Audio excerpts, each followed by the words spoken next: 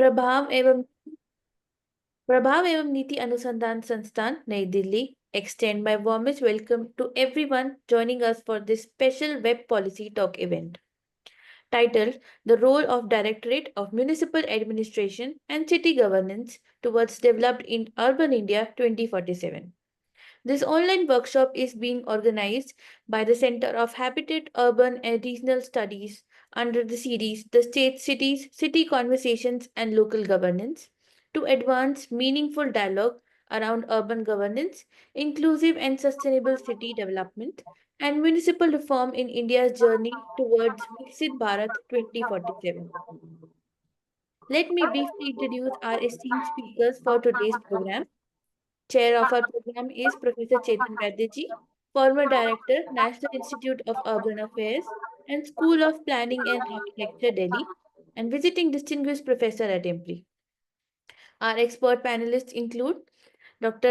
M. Ramachandran ji, former Secretary, Ministry of Housing and Urban Affairs, Professor Debolina Kundu ji, Officiating Director, National Institute of Urban Affairs, Mr. Sameer Unhale ji, Joint Commissioner, Department of Municipal Administration, Government of Maharashtra, Urban Practitioner and Visiting Senior Fellow at IMPRI. Dr. Purnima Chauhan ji, IS retired, former Secretary, Government of Himachal Pradesh and former Director, HIPA and Visiting Senior Fellow at IMPRI. We also have Srimati Nancy Sahai ji, IS Director, Directorate of Municipal Administration, Department of Urban Development and Housing, Jharkhand, and Mr. Tikender Pawar ji, Member, Kerala Urban Policy Commission, former Deputy Mayor, Shimla, and Senior Fellow at IMPRI. We sincerely thank each of our speakers for joining us and sharing their insights on how the Directorate of Municipal Administration can play a transformative role in achieving developed, inclusive, and sustainable cities by 2047 towards Viksit Bharat, Developed India by 2047. To formally commence today's proceedings, I am delighted to invite our chair, Professor Chetan Vaidya ji, former Director NIUA and SPA Delhi, and visiting distinguished professor at IMPRI to deliver the chair remarks. A very warm welcome to you, sir. The floor is yours. Thank you, Rhea, for those kind introduction and background of the webinar. I would really like to thank Arjun and his team and IMPRI for giving an opportunity to moderate and chair this session. This is rather a very dry subject. Director of Municipal Administration is not something which is fashionable to talk, but very crucial role it plays in urban sector. I also thank IMPRI for giving me an opportunity to meet again some of my friends like Dr. Ramchandran, Debolina Kundu, Sameer Unhale, and of course, Tikekar Panawa. And also meet some new friends like Nancy and Purnima ji. It's a very diversified panel. I'm very happy to see a very diversified panel. We are academicians, we are researchers, we are practitioners, we are people who have worked at city level, state level, and national level. So I think it's going to be a very interesting webinar discussion in this particular thing. We must accept that urban sector is going to play a very important role in achieving India's economic goals as well as our climate goals. I think both the places, urban will play a very crucial role. So we have to look at urban from that sector.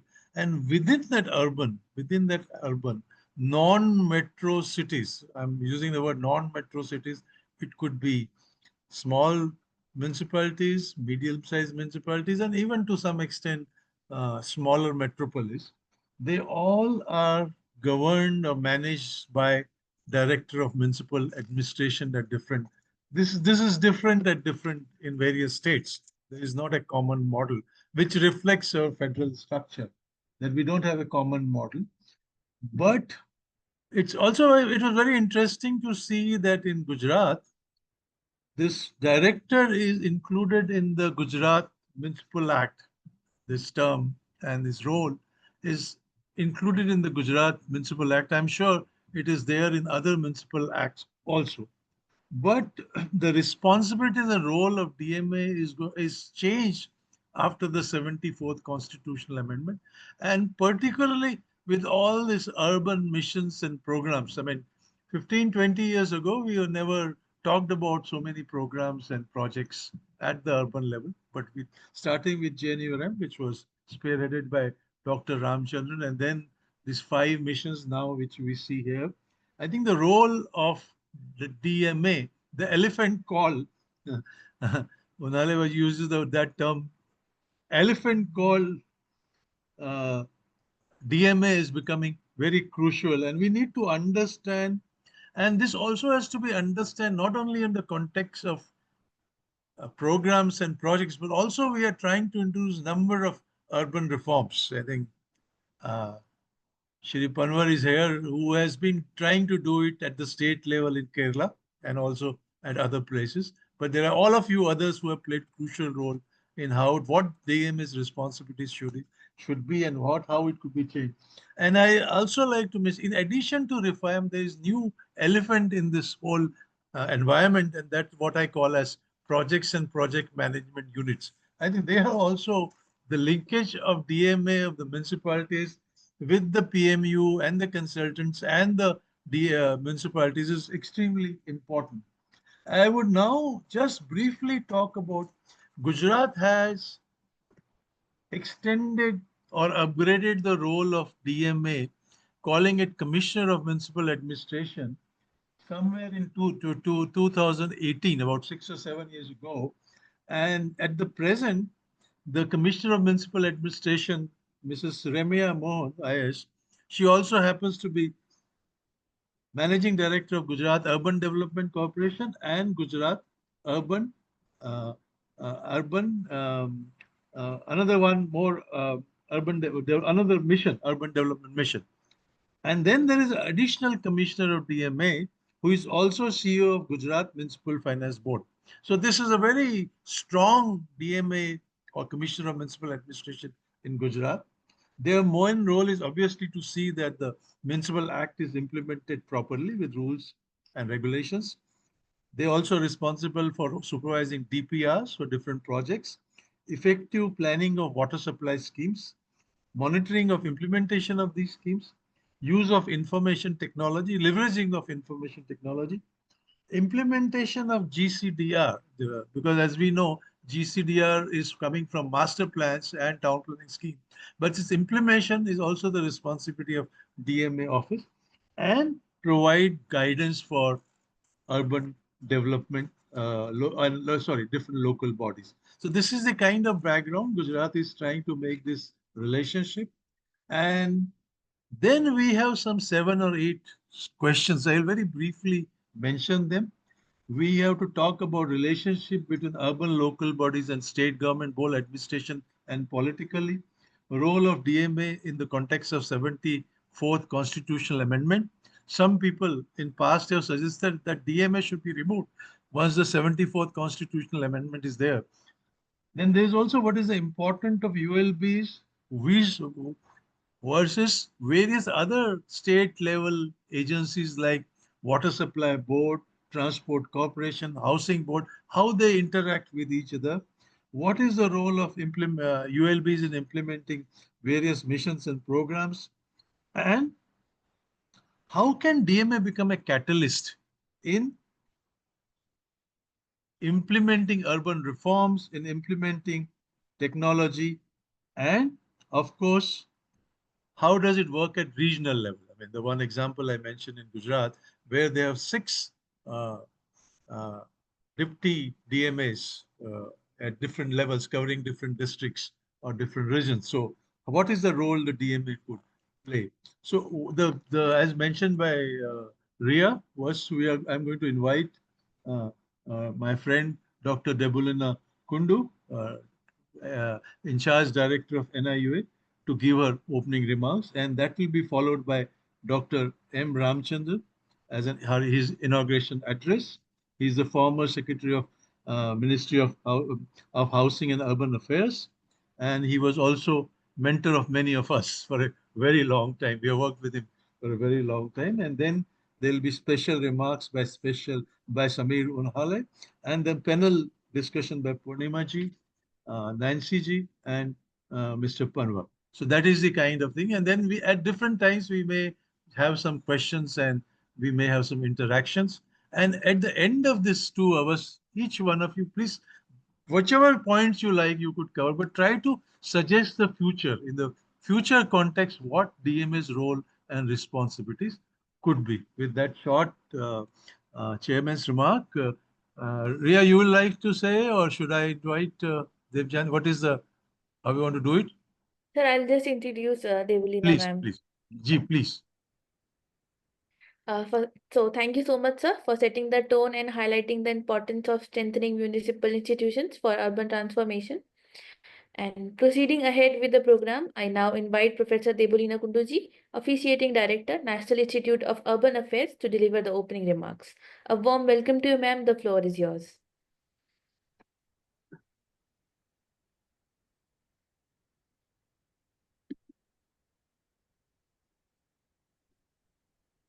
Hello, am I Yes, audible?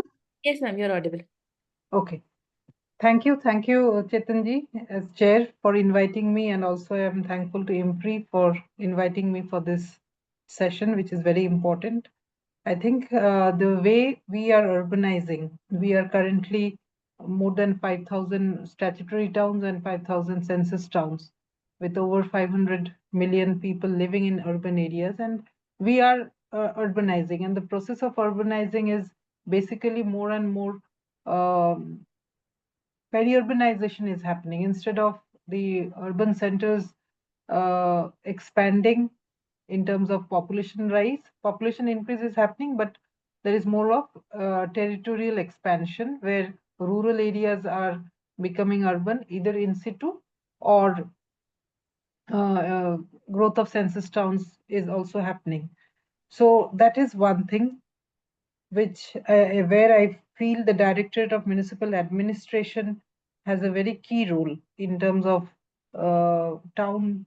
We do not call them cities, but as and when the census towns get uh, notified as statutory towns, I think the role of municipal Directorate of Municipal Administration takes the front seat. So that is one. The other is when we look at the finances of the towns. What Chetanji initially did remark upon that we there are a plethora of towns and cities of different size classes, and we need to take into cognizance that all towns and cities are not at the same level in terms of their managerial capacities, their financial, the different aspects of urban planning which needs to be initiated. So I believe capacity strengthening of various size classes of towns, that is one of the important areas where every DMA needs to take a front seat. Again, with climate crisis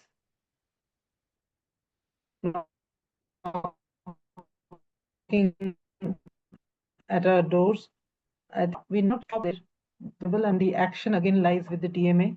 Again, a strong database is needed when we are talking about planning.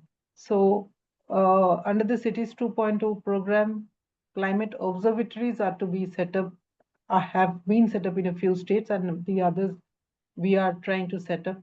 So maybe with the climate observatories, the real-time data which is being generated, and also the 100 ICCCs which are already there in our country, we could work very closely. The DMA could work with these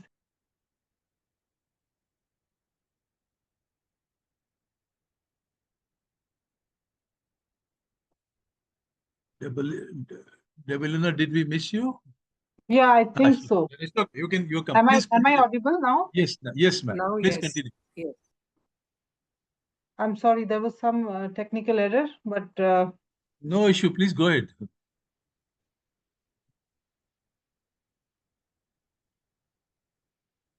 so what I was saying is that with regard to the ICCCs which are already there, and also the climate observatories which are to be set up, the DMAs have a crucial role in synthesizing the data and seeing to it that what is the role of various size classes of towns and cities and how we can synergize on their strong points and also on the finances. How could the small towns be capacitated in raising finances? When we look at the current budget announcements, we know that cities are looked at growth hubs.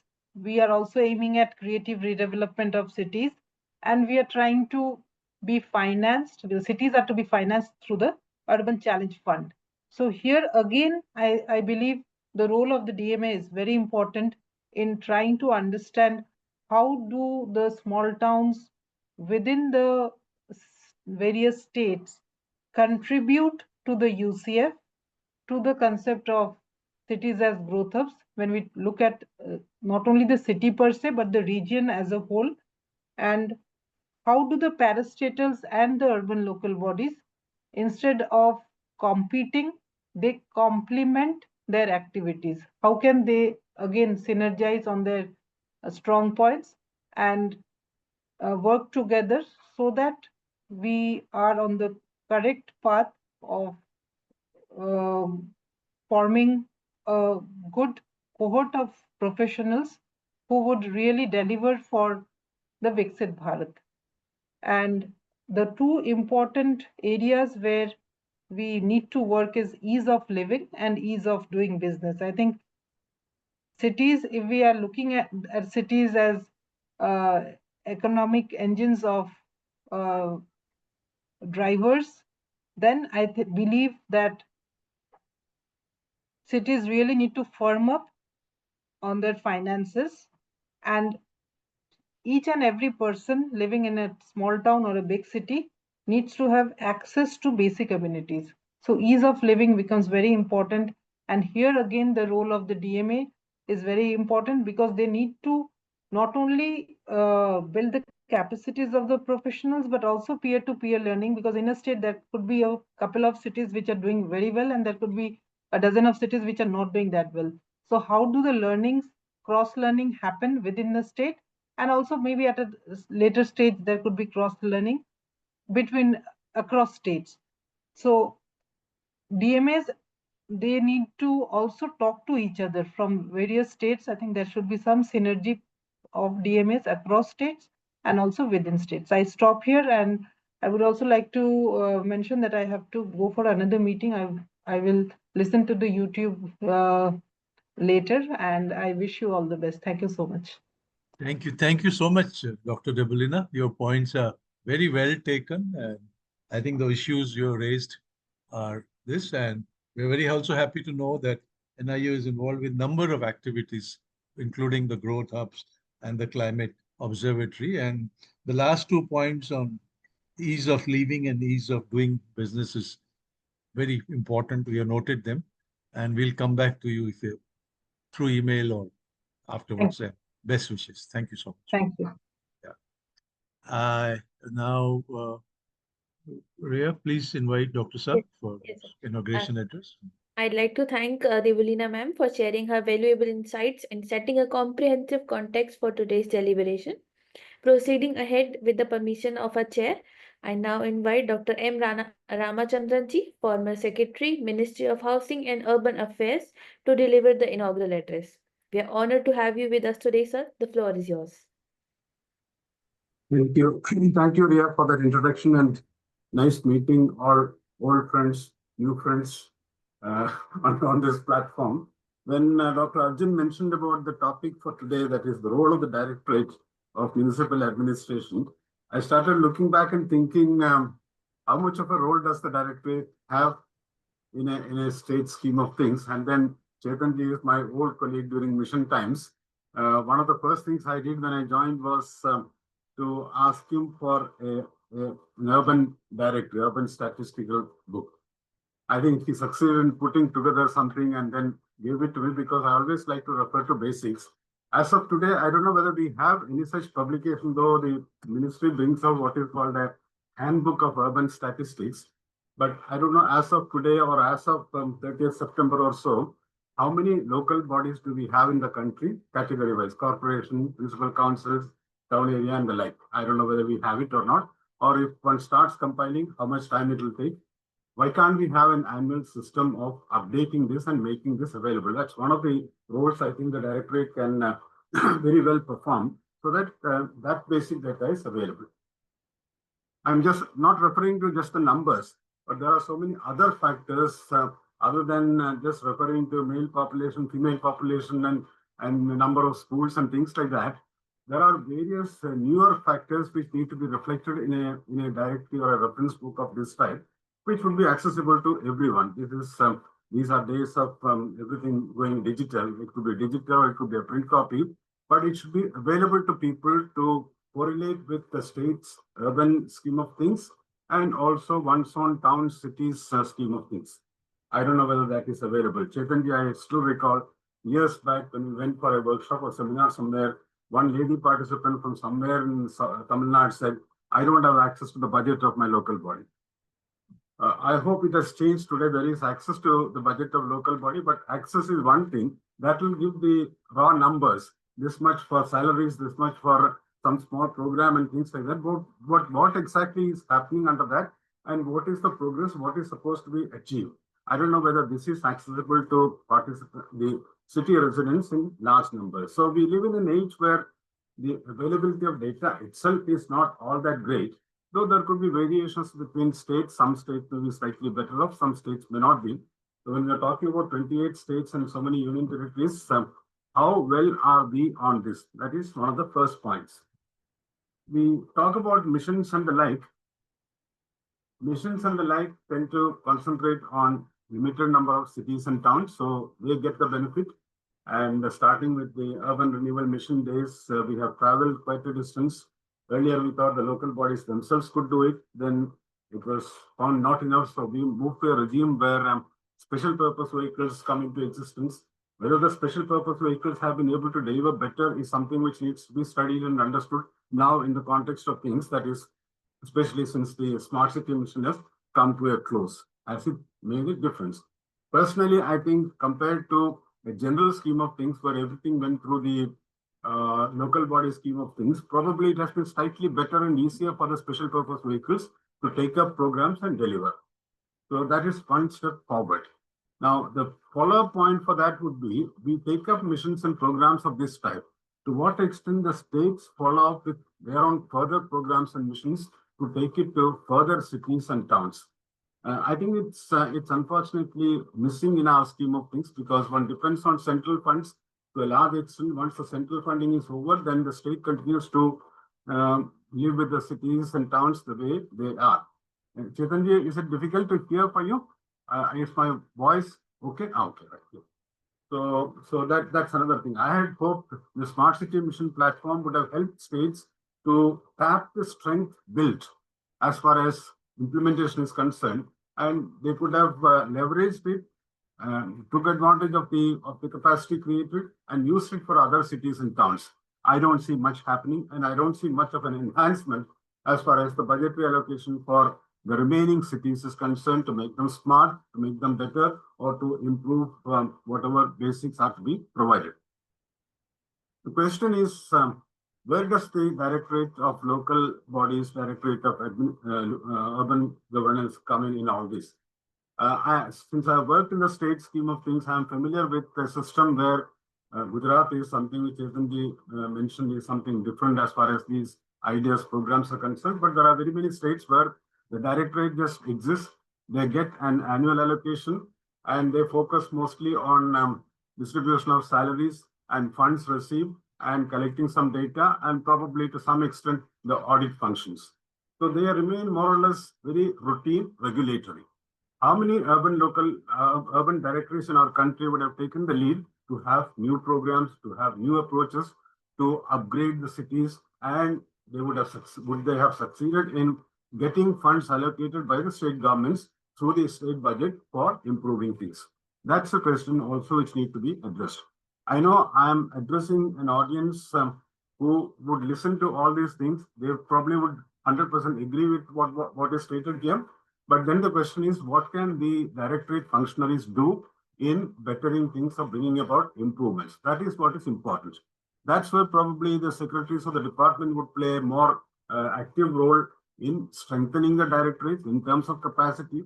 Now, many directorates or almost all the directorates would have regular staff, some deputy directors, joint directors, and the like. I don't know when it comes to specialized areas like water management, if it is in their domain, waste management to the extent they are relevant, or the various other issues which have been listed for today's discussions, whether it is climate change, whether it is pollution control and aspects like that. Flooding, it's a big concept. Even big cities like Chennai, Chandigarh, I think recently also had to face the flood fury. So where do the cities stand? Where can we find the data or information from the concerned local body only? Or is there a statewide access to data possible, and is there a statewide strategy available? Again, in the context of the Swachh Bharat mission and the like, before that, what we had taken up for the National Urban Sanitation Policy, had wanted the states to come up with what is called a total plan for reduction of solid waste, disposal of waste, and increasingly reaching a situation where the waste generated is much less, or the generators, the producers themselves take care of the waste generated and disposal arrangements and things like that. But even now, I don't think that's a perfect situation. We have brought about improvements. The missions have helped a lot. So the question is it possible to have what state governments to have a relook as to what should the role of the directorate be? I think that is critical. We have large number of directorates. When one looks at the state scheme of things, the Directorate of Local Self-Government or Directorate of Urban Bodies is one among the, I don't know what number of directorates, 30, 40, 50, 60 directorates. But for the state, it is one among the many. So the initiative will have to come from within. The directorate itself probably will have to take the lead to have the attention of the state government drawn as to what changes can be brought about. And I don't think changes are possible without bringing in specialized elements in the scheme of things. The routine way of promotions and positioning, I'm not against that. That alone may not be sufficient to have an updated, well-prepared urban directorate to contribute to the state scheme of things. So the question is, when we talk about Viksit Bharat 2047, also can we think in terms of a Viksit Shimla or a Viksit Chandigarh or a Viksit Madurai or whatever it is? If that is so, if we start thinking about it, can the directorate take the lead and facilitate at each city town level to look at what would Viksit so-and-so in 2047 mean? What all would need to be done? How do we reach that goal? And what can we do over a period of time? Ideally, I would think the directorates can be entrusted with the task of taking this up for the entire state, whatever number of local bodies. I know in a state like UP, it will be very difficult, some 600 or 800 local bodies or so, but it should be possible. Anything is possible in today's scheme of things. It should be possible to involve each city in generating thoughts about this. And I think the next 1 year or so, 2016 or up to 2026 or 27 or so, could be the time which could be utilized for each city to look at what would my city look like, Viksit city look like, and what all do I need to do. So it would be a wish list. So after having this wish list, how do we make efforts to get it implemented? That would be yet another challenge. So these are all possibilities before the directorates which could be taken up. And I think it's time we take up, because Viksit Bharat is a whole sort of thing. It consists of various elements, in which a Viksit city also would be an element. There will be various other elements also. So how do we make that happen, and what can be done about it? I was so impressed with Chetan, just a reference. We have lived in the city of Kochi. The mayor had invited me. There is something called a Samruddhi, a venture of the city corporation itself, where food is, everyday food is made available, and they make it available. Earlier they started at 10 rupee per meal. Now it has gone up to 20 rupee per meal, but they cannot balance it out. So they depend on CSR and such other funds to meet the expenditure. But 200 plus women members of the Kudumbashree are working there, and they are producing clean, good food. So these are all the different types of beginnings. I mentioned about, I've seen on the streets of Bangalore, the large number of people who stand on the roadside for morning breakfast. They have a quick, good breakfast and then rush to work. And again, Chetan, you may remember when we travel abroad, we see people start at 7 in the morning to go to work with 1 cup of coffee or so in the hand, and that is the sort of breakfast for them to start with. So these are all the different types of beginnings. And what a difference it can make. One cannot go and sit in a cafeteria or a hotel every time for whatever one wants. Especially when time is short and when you are rushing to work and things like that, or during lunch breaks for all these techies and the like, there has to be avenues available. So these are the different types of beginnings which have to happen in our cities and towns. I just mentioned one example here. There are various other ways of looking at things. Transport would be another issue. We increasingly keep on saying that we cannot depend on personalized modes of transport. But then what are the options? How are the options working out? Is public transport really reaching every nook and corner of the city or the town? Do we have the required frequency? Are we comfortable with public transport? Are we in a position where we can switch to public transport? These are again challenging agendas. I don't know whether any directorate in our country has the required strength to look at urban transport as a subject and how a solution can be worked out. We talk about these capacities need to be enhanced, but enhancing capacity, as I see, is not an easy task because anything and everything requires allocation of funds. So it's a question of how best we can work with institutions and the like. There are any number of good institutions, any number of educational institutions. We can involve such students who are interested in this, and they want to look for opportunities. They probably want a certificate that they had worked with X or Y. So that could be another channel which the state system can ask the directorate to work with so that what requires for the city is produced and that is taken to a stage where it can be implemented. So the dialogue process, I think, would be very, very, very important. Participation of stakeholders would be important in the scheme of things, and we are looking at probably a 20-year window. It can be even earlier than that. The capacities or strength generated, how better to utilize that rather than bind them up. I mean, I find the smart city entities, SPVs, are almost at the stage of being wound up. Their strengths are not being utilized for other cities and towns by the states themselves. So there is a huge potential available there as well. Specialized knowledge, that's one thing I emphasized. Empowering local bodies, a subject we have been talking about. Chetan and myself, we have talked about for 20 years almost. And another 20 years, we should not just be talking about empowering. The empowerment has to happen. How can that happen? That is also something which the directorate, being the technical hand of a ministry, can come forward and facilitate. And routine statements are probably not enough. Giving just a note will not be enough. How to make it work and how to empower at the same time, how to help the local bodies to generate more resources. That also becomes important in the scheme of things. And I think that will be one major step as far as moving towards a Viksit situation is concerned, because everything cannot be passed on from state down to the local bodies. And in the local bodies also, I mean, we all have seen it. I always say Mumbai is one extreme example. Rishikesh also would be at the other extreme. Now, Rishikesh would depend on whatever they can do at their end, or a Nahan, compared to a Shimla and things like that. No, there are variations. So we don't really cater to the variations and requirements and how best to facilitate. I know these things are easier said than done, but it's time we think seriously about these and act on this. In that, again, what role can the directorate play? Earlier, we talked about, in the context of empowerment, taking it down to the area sabha level. Chetan, you remember Hyderabad, Andhra took some initiative to have area sabhas, but one hasn't heard anything beyond that.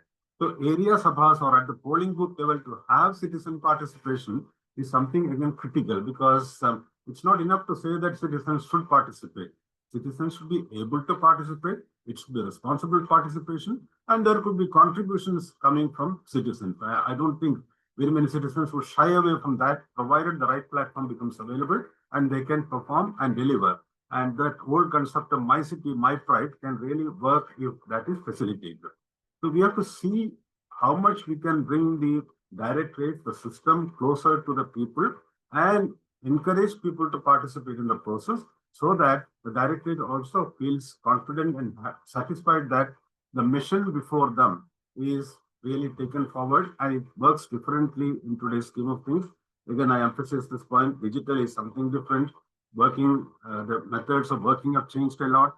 We have to think in terms of moving faster, bringing in more participation in all this process.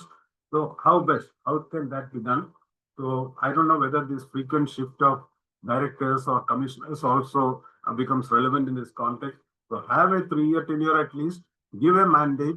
I recall during my state days, I had initiated the idea of each department each year should look at what will my directorate do during this financial year. 2-3 things. List it, work towards it, and at the end of year have a system whereby you take stock of which department really achieved what they said and which did it in the most efficient way. There's sort of a competitive spirit in states also. That also would become relevant and important in the scheme of things, because gone are the days when we could just be a figurehead, a director, draw our salaries, or for the entire system distribute salaries, and that's it, and a 10 to 5 sort of job. So it should be, again, performance oriented. Probably each year, each directorate can think in terms of what all changes shall I try to bring about during this year. Everything may not be achieved, but there are certain achievables also. So within achievables, what has each directorate been able to achieve? That should be taken stock of at the end of year. So we will have to bring in these competitive elements in tune with today's scheme of things, so that we move away from the routine way of doing things and move to a system where we work towards a larger goal. And in that attempt to reach the larger goal, there are steps, maybe on a yearly basis, 3-yearly basis, whatever it is. So that's all I wanted to state in this context at this stage. I think that should be more than enough. I do not have any new input to provide. I can only collect my thoughts, compile them, and place it before the audience for their consideration.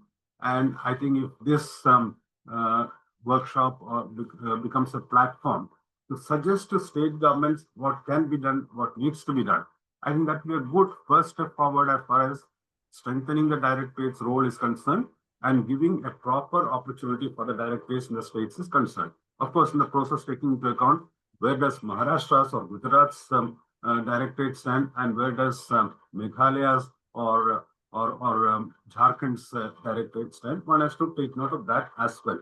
So again, we used to say one size does not fit everyone. So we have to look into the specific situation and try to bring about changes and suggest changes. And I think that will become very critical and important. Thank you for inviting me, and thank you for this opportunity. Over to you, back to you, Lance. Thank you. Thank you so much, Dr. Saab. I think that is very useful. You made some 10 to 12 points, which are very important for DMA. Most important, I felt, was director itself has to take initiative to develop Viksit cities with participation of people, with involvement of the citizens and education institutes, where the students are very keenly interested in participation. And how do we make DMA from just looking at administration or rule-based kind of review and supervision, then becoming a dynamic institute to initiate reforms and changes at the urban level, what we are talking of Viksit Bharat. So thank you so much, sir. If there is any questions for Dr. Saab, I think is there a way? Riva, have we already got some questions in the chat box?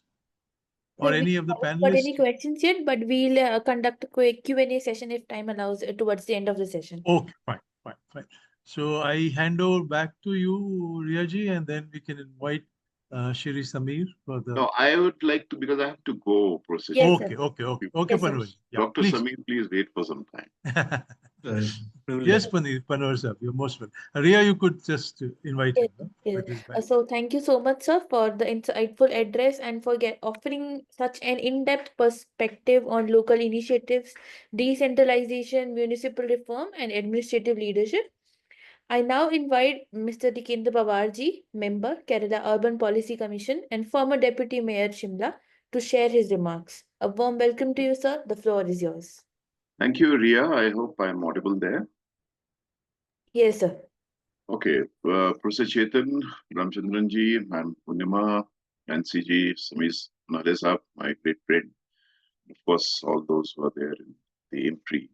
I don't know what should I be speaking about because my guru, Prof. Chetan Vaidya, is sitting there right across the board. Well, but I think I'll not take more than 4 or 5 minutes, Professor Chetan. And I may be quite different to what all the other speakers are saying.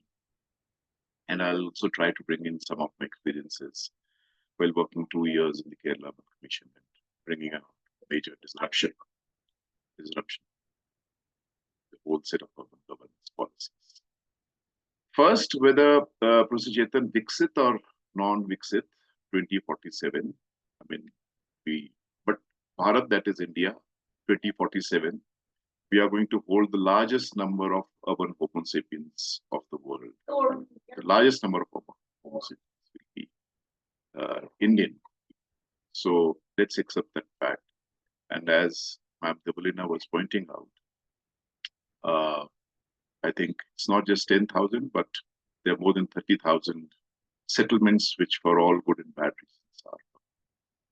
But unlike Professor Chetan, as you know, I mean, it's the urbanization which is not driven by industrialization. It's driven by pauperization. So it's a push from rural to urban and urban to urban.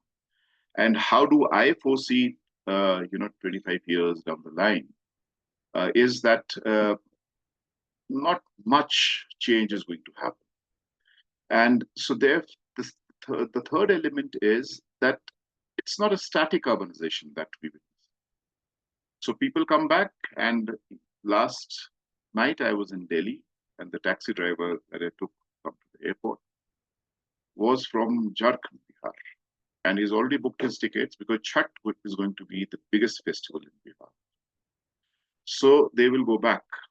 Whether 25 years henceforth, how do we visualize? So I think that's also going to continue. So it's a continuum. It's a rural-urban continuum, or like in Kerala, we have an urban continuum. So that also, I think, one of the propositions that I would like to make. Then the fourth element is that, of course, cities are going to be where massive economic activities are taking place. But if you see the migration patterns, what we've seen, that this is the third great Indian migration. The first one took place to the east, the Marwadis and all shifted. That's how. Then to the north and the west. And this is the great Indian migration taking place to the south because of various reasons. So there's a great push, and if one has to substantiate that, I think one must read Chinmay Tumbe's India Moving work. This is a phenomenal work. Just in Kerala, why I'm pointing out, Dr. Ramchandran knows, in Kerala we have 4 to 4.5 billion people who are in migrants. Bihar, Bengal. So when we were envisioning the whole process of urban governance, we couldn't minus that because that is almost 70%, Ma'am Purnima, our population. And of course, similar number goes out as so. And that's the fun we make of Malayalis, Project Ramchandran. Don't mind that. You bring money in dollars and then give money in rupees to our. So that phenomena also, I think, is important. Now, in these given circumstances and situations, I think it's better to get rid of the Directorate of Municipal, because I do not see a future of the Directorate, because we are already obsessed with the bureaucratic. 73rd, 74th Constitutional Amendment actually brought in a major disruption, that it has to be people's governance. And people's governance meant that, very bottom-up approach, planning processes. So planning is a key element for our sustainable urban, or for Viksit Bharat, whatever. Unfortunately, that planning is still not, the institution of planning is still not either with the Directorate of Municipal Administration or the city governments. So the best way how I see more secure futures, like Dr. Ramchandran was pointing out, water, sanitation. I mean, just today, I think I saw some videos of cricket players moving around in a city in Delhi, and they're putting a handkerchief on their nose because our Indian cities are smelling just like it. Go to any town, any city in the country. So there's fundamentally wrong that we have done. I do not want to dwell on that, right? So we are already loaded with this. So it's not municipal administration procedure that I foresee as a future. It's municipal governance. And the municipal governance cannot be diverged from this continuum. So how does the municipal governance from the municipality, from the precincts of the municipality, geographical precincts, also talk to the peri-urbans and also talk to the rural panchayats? How do we foresee it? So this is something that we have actually tried to work out. And this is something that we have actually made our formulations in the Kerala Urban Policy Commission. And October last week, I think the cabinet is going to approve it. So it will become, I think there will be some 120 or 130 legislative orders that have to come to ensure that, some of the changes are brought. So what does it mean?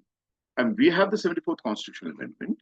And then, as Dr. Ramachandran was pointing out, in the last 30 years, with this sheer obsession of understanding cities to be some centers to attract investments, and since the bottom-up approach that we envisioned was unable to do it, so we loaded it with strong bureaucratic impulses, and we thought that's how it's going to happen.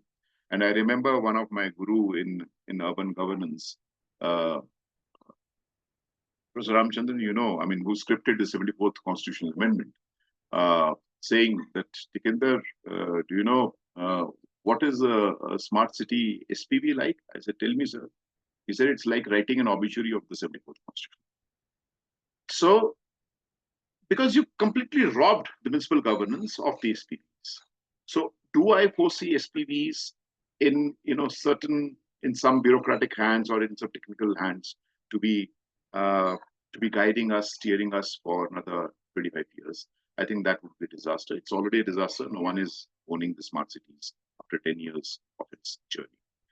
So what do I propose? If you ask me that honest question, what I think the first thing is that let cities and local governance institutions be empowered. And when I say empowered, it doesn't mean that you minus the federal structure that we have under the Indian Constitution, because I don't see that happening. Federal structure getting diluted, and all of a sudden cities and local governments getting empowered. I do not see that because of the nuances that we have of political governance. So what do we do that? Under the 74th Constitutional Amendment, we have two major institutions. And there's a third one that we have recommended for the Kerala. But before I dwell on that, I'll take maybe 2 or 3 minutes to dwell on that. What I need to suggest is that we also ought to ask our provincial governments that, for heaven's sake, please find out the settlement patterns. How are the settlement patterns going to emerge in another 20 or 25 years? We do not know. Whether as I've said, it's a great Indian migration to the south. But what about the cities in the north? What about these processes that are taking place? We do not know how many people more are going to be added to Shimla Man. We do not know that. How many more people are going to be added to Solan or to any other town? So Kerala, we've given this demographic pattern they asked us for 25 years. We've given them for 100 years. I can tell you right away, right here, though it will be adopted in the cabinet soon, that just 19 clusters in Kerala, and which will be urban agglomerations. So urban agglomerations are going to be one of the cornerstones of municipal governance. So what would be the statutory role of urban governance is, I think, something very important. Just 19 urban agglomerations will be holding 90%, Professor Chetan, 90% of Kerala's population. This is something I cannot say about Tamil Nadu. I think that's one of the most fundamental, that we cannot entrust on the Directorate of Municipal Administration. So you have to bring in a basic fundamental departure, disruption, if you talk about Viksit Bharat or sustainable India. The second element that we propose, and that's I'm completely obsessed with, and that was also the spirit of the 74th Constitutional Amendment, because you were part and parcel of when these processes is who does the planning? So where is the plan going to take place? So I go back to the two major institutions recommended by the 74th Constitution. One which we need to push very aggressively, not the Directorate of Municipal Administration, but the MPCC, the Metropolitan Planning Committees. and the DPCs. Because of certain contradictions that emerge, the DPCs being heavily dominated by rural local bodies and not by urban local bodies. So we need to think of some kind of nuanced approach. How do we, but if you have an MPCC, so then the MPCC, role of the MPCC has to be like quite wide. It must incorporate the role of planning process. When I say role of planning, then the directorate planning, because this is what we have recommended, has to shift from Trivandrum in Kerala, or for that matter from Mumbai, to these MPCCs, which means you require a hell lot of people to be incorporated into MPCCs. So that's the first element departure that you need to do. Unfortunately, if we do not foresee that, and then strengthen this within the MPCC, within the larger, and then this interface between the MPCC and the peri-urbans, if at all there are, and the interface between the MPCC and the rural local bodies, that also we have suggested. But I think that's how I foresee. How do we talk to each other? We think someone sitting in Trivandrum or someone sitting in Shimla will be talking and resolving the issues. They cannot resolve the issues because of let me tell you a very funny anecdote, Professor Chetan. When I was in Varanasi, now both the mayor and the MLA were from BJP, the same party. And they literally had a fight over the discussion because the Varanasi MLA, who was like beyond the municipal corporation, said, "You are dumping your shit on my head." But the mayor said, "Look, there's no other way." So what are the nuanced approaches that we have to look? I think that governance element, directorate, is completely incompetent, insufficient. And of course, not the political will. To me, I think it's a unleashing of the political processes that have to take place. So I think planning is one of the key. The second element in this entire process, how I foresee, and that this is something that we've taken a very strong exception of, is that if data is going to be an enabler for another 25 years, this is the fourth industrial revolution, and the kind of data penetration that we are having very fast.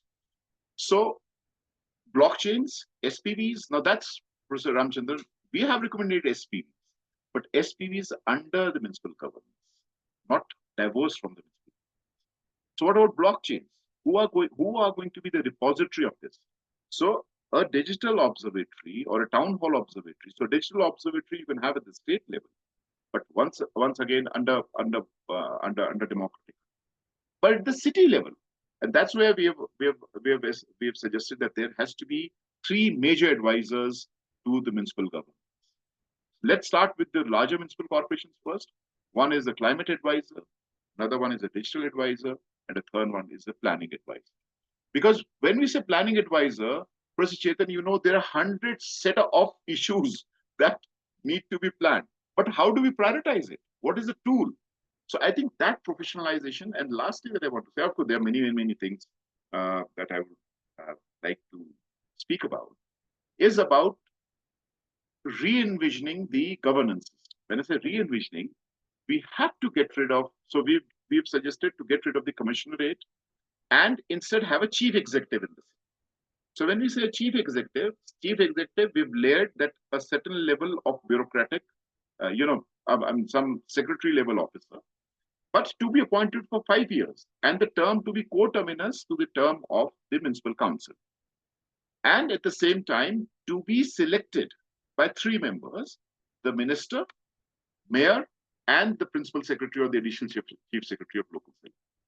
So that there is ample time for the person. And then, of course, that's something that the bureaucracy of Kerala is buying very fast, because then they're eyeing, okay, once you have a chief executive of Kochi, then the person can go to Europe and serve abroad as well.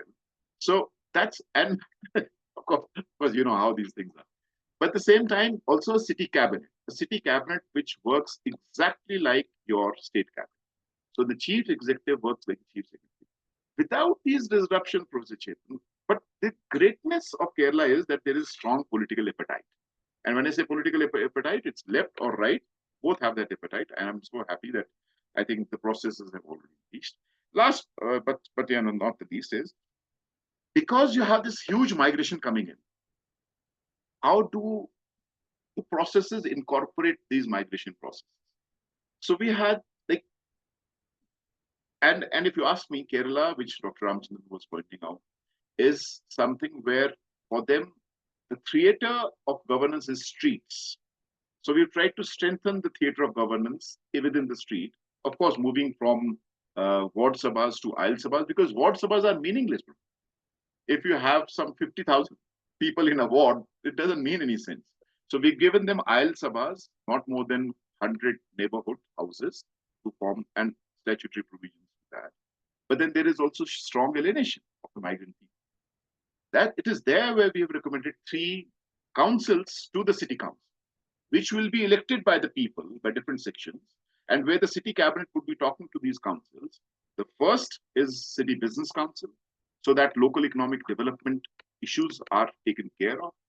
We do not know because we do not even talk to our business people in the cities. We think the drivers are somewhere else, whereas there are local growth drivers as well. The second is Citizens Council, where you have professionals. Dr. Punima is here. I don't know whether after her retirement, anyone asked her, to support, help. I mean, she would have been a great support to the. So, so the Citizens Council with professionals, doctors, and lastly, the Workers Council. So that is where I think we bring in this whole element and the base of, because if 90% of the people are going to get employed informally, then your ward sabhas, aisle sabhas, neighborhood sabhas, because they lose 1 day of salary.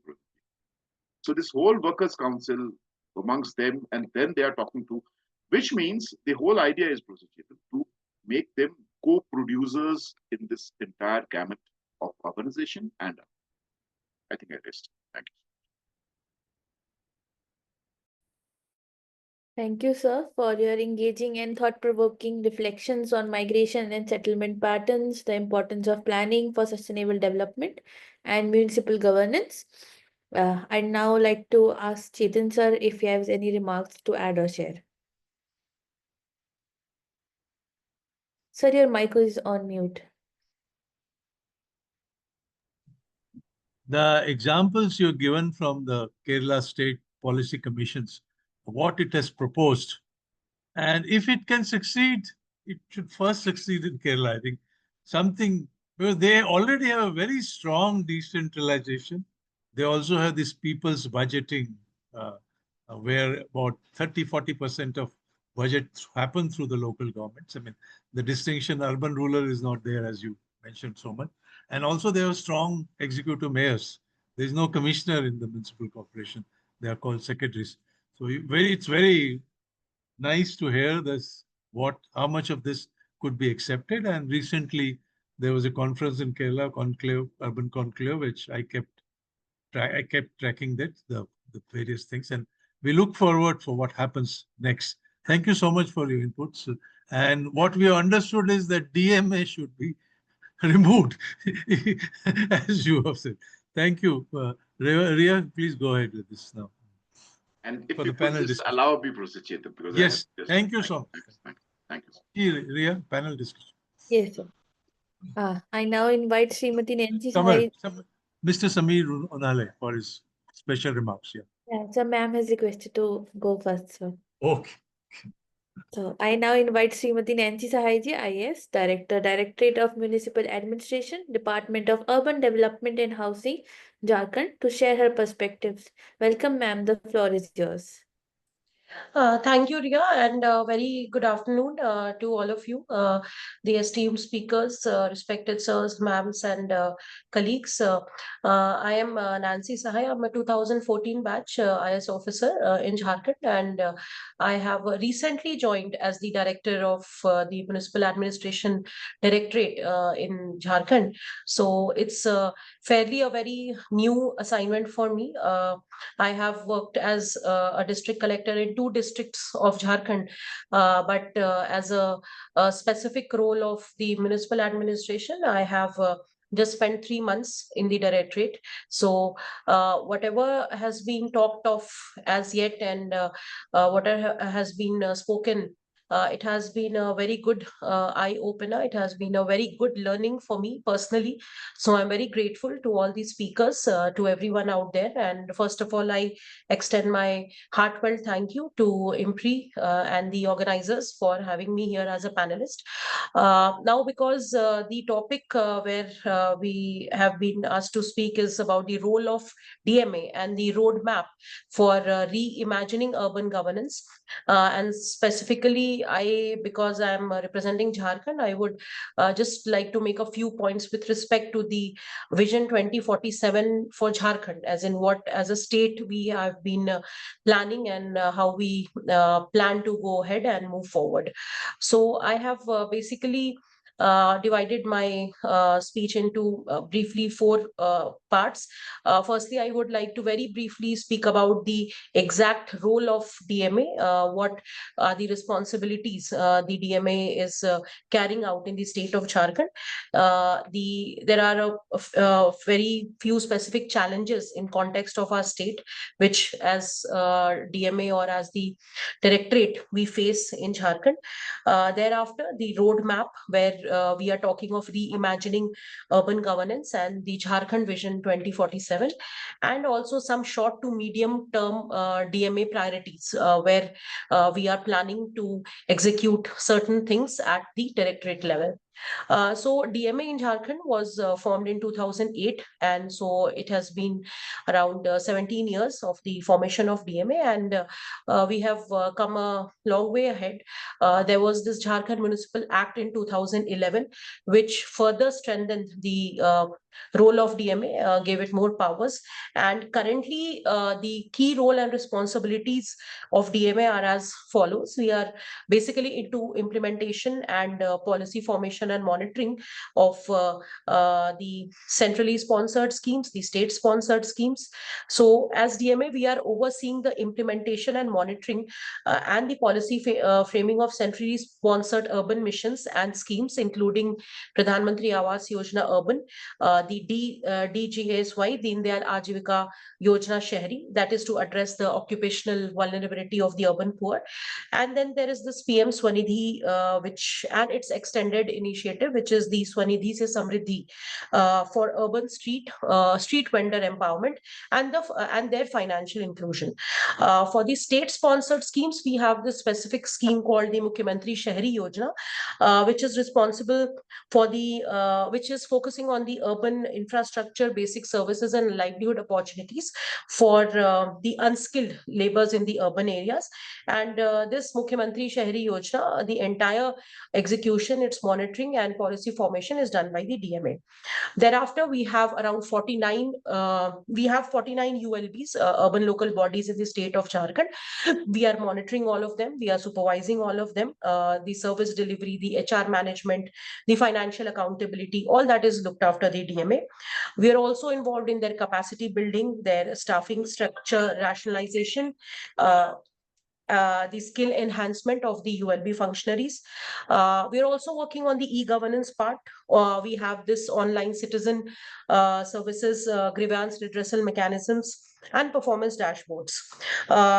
It also oversees the overall recruitment, deployment, and the management of all the city managers across ULBs to enhance technical and administrative capacity, and also to facilitate all the project executions at the ULB level.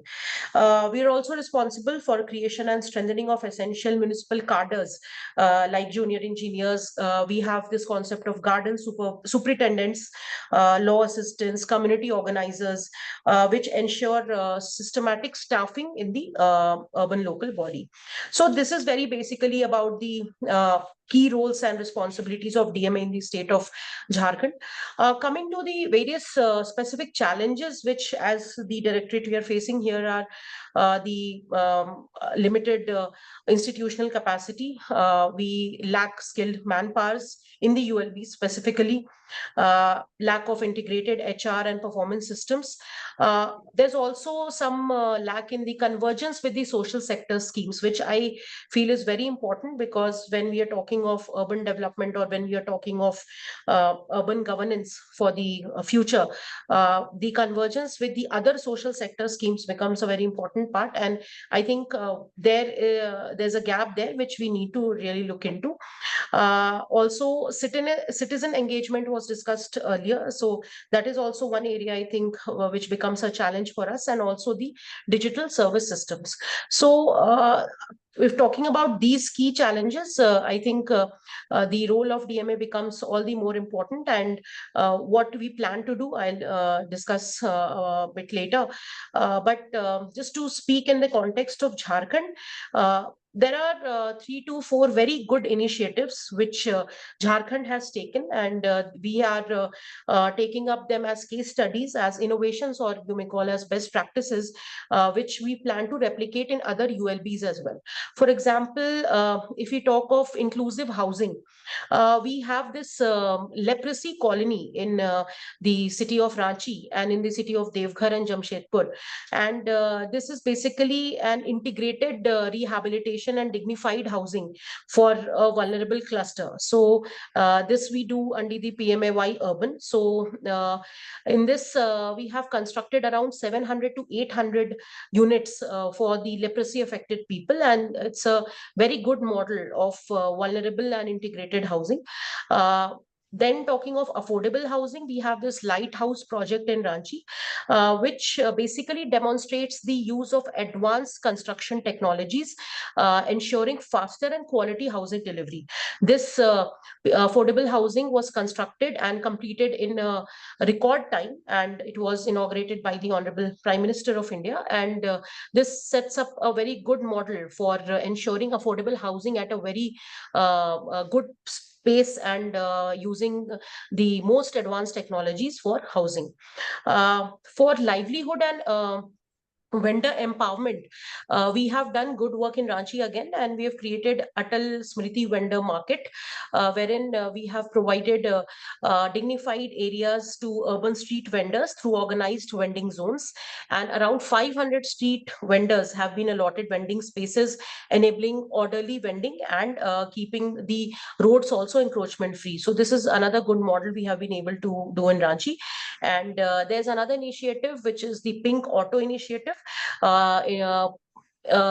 being implemented by the Ranchi Municipal Corporation, which promotes women empowerment by providing pink autos dedicated to women passengers, operated by the self-help group women members. So a total of around 300 SHG members have been engaged, and they are benefiting from this pink auto initiative in Ranchi. So these are some of the models which we have executed, found them to be successful, and we are planning to replicate them in other ULBs of the state as well. Now, the goal, I feel, is to create synergy through integrated planning, through digital dashboards, and through participatory monitoring frameworks. So this is how we have defined our goal, and the roadmap for reimagining urban governance, or you may call the Jharkhand Vision 2047. We have planned out, and we have shortlisted a few steps or a few ways how we are going to do it. So what I feel the most important, and as agreed by, I think, everybody, is a dedicated capacity building program for the ULBs, which I feel is the core and the most important factor which will help us to achieve our vision of 2047. Also, the apart linked learning and the IGOT Karm Yogi has been mandated by the Department of Personnel and Training for all civil servants in the state. Now, this initiative we plan to implement in Jharkhand for the training of ULB staffs as well. So we are trying to integrate it with the training of the ULB officials, so that they can perform better and to improve their capacity in terms of their work output. Now, also these programs of capacity building we are organizing through centers of excellence, which have been established by the Ministry of Housing and Urban Affairs. Digital governance promotion is another area where we are planning to work. We're already working on it also, to adopt digital tools, GIS planning, data-driven decisions, and real-time monitoring to enhance the efficiency and service delivery. An inclusive urban development structure, I think, and to recognize the urban vulnerable groups like the gig workers, the domestic workers, the construction workers, through skilling and enterprise support through Day NULM, which the new scheme, which is very soon going to be launched by the Government of India, takes care of this vulnerable section of the urban population as well, and also to include them in our other welfare schemes. Housing for all and the slum upgradation, this ensures houses for all ULB level weaker sections through the Pradhan Mantri Awas Yojana urban convergence. So we are adopting inclusive rehabilitation colonies, as I mentioned, the leprosy clusters and the informal settlements. We also are working for livelihood and enterprise promotion by strengthening the urban SHGs, micro enterprises, and vendor markets.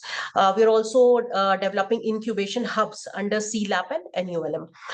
Citizen engagement and transparency, institutionalization through citizen feedback loops, public dashboards, and scheme outcomes. Their regular monitoring is another part I think is very important. And also, we have prepared an Urban Vision 27 Jharkhand, that is a strategy document which is aligned with the national roadmap. And the replication of the vendor market models, the leprosy colonies to all ULBs, as I already mentioned. And also, we are in the process of establishing an urban governance resource and training center, that is UGERTC under DMA for continuous professional development. So these are the few points or steps which we plan to execute so as to reach our vision of 2047. This is in very brief what I wanted to speak about the Jharkhand state and the Director of Municipal Administration in Jharkhand. I'm once again very grateful to all the speakers. It was great to hear from all of you, and I'm sure this is going to be a good learning for me. And as I get to know and experience more in this department, I am sure I will be able to maybe contribute more and in a better manner in days to come to any other discussion in future. So thank you, Ria, and thank you, Professor Chetan Vaidya for moderating, and all the other respected speakers, ma'ams and sirs, for listening out. Thank you so much. Thank you, Nancy ji. Thank you for those inputs. And I think we have taken your points about how the state has developed this urban vision 2047 within our overall framework. And also specifically in future, we will look how you are developing this urban governance and capacity building center. So it will be interesting to see this and also to hear about various capacity building and other programs which you now plan to implement all other parts of the state. So your inputs are very relevant for us. Ria, can you? Thank you, ma'am, for the insightful contribution and for shedding light on the practical aspects of the activities and initiatives taking place, as well as the upcoming steps in Jharkhand. I now invite our next speaker, Dr. Purnima Chauhanji, IS retired, former Secretary, Government of Himachal Pradesh, to share her remarks. A warm welcome to you, ma'am. The floor is yours. Thank you so much, Ria. And it was really enlightening listening to Dr. Chetan Vaidya's opening remarks, Dr. Kundu, Professor Ramachandran, and of course, Mr. Tikendra Pawar, who has been Deputy Mayor Shimla, and of course, the very detailed inputs given by Nancy Sahai. And thank you, IMPRI, for having center stage this very important debate about the role of the DMA and our role, I mean, the role of the urbanization in Viksit Bharat 2047. Where are we and where do we really want to be? Now, I feel that when we are talking reform over here, and this seems to be very disruptive reform, it's very tempting to actually start anchoring a disruptive reform as we leave footprints on the sands of time if we are successful in doing so. But while dispensing with the DMA, are we throwing the baby out with the bathwater? That is my concern. And the DMA to me is more like a mutant of Samir Unhale's G's elephant and an octopus. So I don't know what animal will come out of that, but it seems like a mutation of the elephant and the octopus. It has so much to perform, its multiple functions and roles. They need multiple capacities and capabilities and skills. So if we have a new creature in place of the DMA, where is the guarantee that this creature will come with all those skills? So this is the question that haunts me ever since I received that list of queries which Arjunji had sent to all of us, I think. Now, I think the best way to resolve this is to find out where does the shoe pinch currently, and then can we prevent shoe bite? So can new administrative structures ensure that tackling the multiple challenges that DMAs face is possible? If yes, I welcome the new dispensation. But there is another possibility, the reverse is possible. So, a snapshot of the roles, responsibilities, and challenges of the DMA, I think that will provide a good baseline data, and I think data has been sufficiently emphasized as the starting point for any kind of evaluation, reform, feedback, and corrective action. So let's cull out the performance gaps gradually. And as I do this, the words that come to my mind when I think of ULBs, when I think of a DMA, migration, financing, investments, capacity building, and financial capacity, fund absorption, poverty, innovative reforms, impacts of GST, the investable cities which are growing, gender issues, and then, of course, you have water, you have energy, housing, vendors, and urban transport, and so on. And of course, within all this, and I'm stating all these so that I don't miss it out in the balance that I have to say, the environment, the ESG, that is the new component which is now imposed on all the corporates. Environment, social, and governance reporting, which the BRSR report captures, and that is the report which goes to the SEBI. Now, this is currently imposed only on the corporates.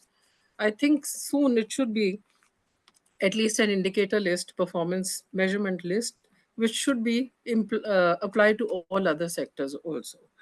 So, and of course, you have the Udan, the Gati, and as far as structures of administration go, what straight away comes to my mind is, are we, if you're going to replace the DMA with a more efficient, and efficient means time efficient, cost efficient also, are we looking at something like new public management by any chance? Corporatization, contractual arrangements, there are examples sufficient. You can, if in fact, I think in one of the Niti Aayog reports, which I was just going through, glancing through, I found that when they were doing an analysis of cities, they actually had harked back among various other cities. They had talked of Malmo in Sweden. And I personally happened to have gone there and seen for myself that what interesting systems that country has and that particular city has, where it can synthesize and aggregate the needs of 173 ethnic groups, because they have allowed so many of them to come and take refuge in their country. They have 173 ethnic groups, all of them represented and heard, not only by the citizens panel, which is an innovation in itself, but they are also heard in each sector. For instance, the town and country planning, here's each one of them takes into account, even before they moved one brick to create a city, they have put only they've only taken paper and pencil and probably a screen to tell their citizens what are they planning to do. And that concept is not firmed up. That concept is thrown open to the citizens. They are allowed to participate. And if I may share, the extent of participation is to this extent that there were some Somalian ladies in that group when the citizens were being asked how are they going to do the spatial planning of the city. And these Somalian ladies came up with a query. They said, why are you having windows in the kitchen? In our kitchens, we don't want windows. So it was very surprising. Why would you not want windows in the kitchens? Normally, everybody has them. They said, according to our cultural norms and nuances, we are supposed to wear a hijab if we can be seen from anywhere. So we have windows in the kitchen, we can be seen. So taking, and we spend 80% of our time in the kitchen. So we will feel absolutely claustrophobic. Can you imagine that the level of concern and the level of participation being to that extent? That is why the issue of getting compliance was missing, almost missing in Sweden. Wherever we went, whether it was to a solid waste management plant, whether it was to a sewage plant, whether it was to a recycling plant, everywhere compliance was there by the citizens because they had a role in framing the policy. Now, is that what is lacking? That is my first question. We are looking at a situation where today we have umpteen number of densification, because we are going from a position of, as somebody also mentioned, 576 million 32% urban population. India is rapidly going to 600 million by 2030.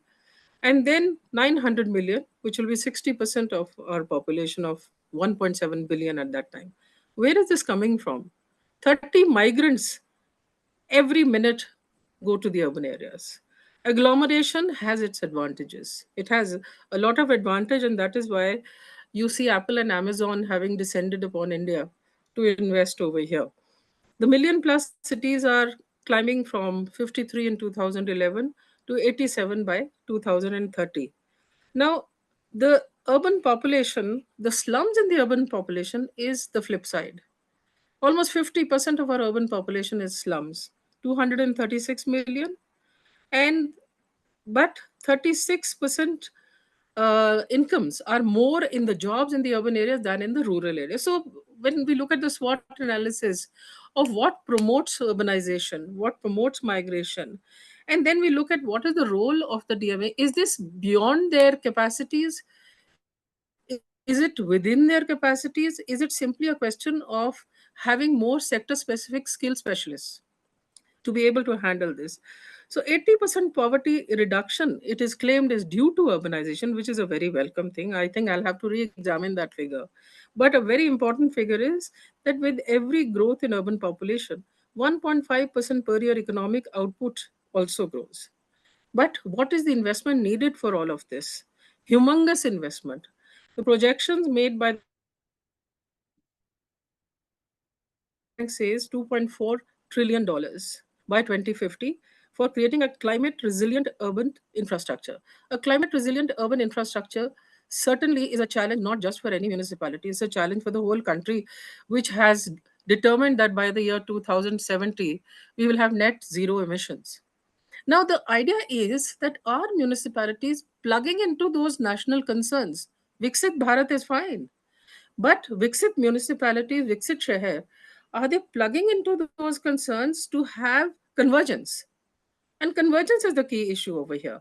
If they're all acting in different directions and there is no convergence and collaboration, then whichever form of government governance that you have, it is not going to work.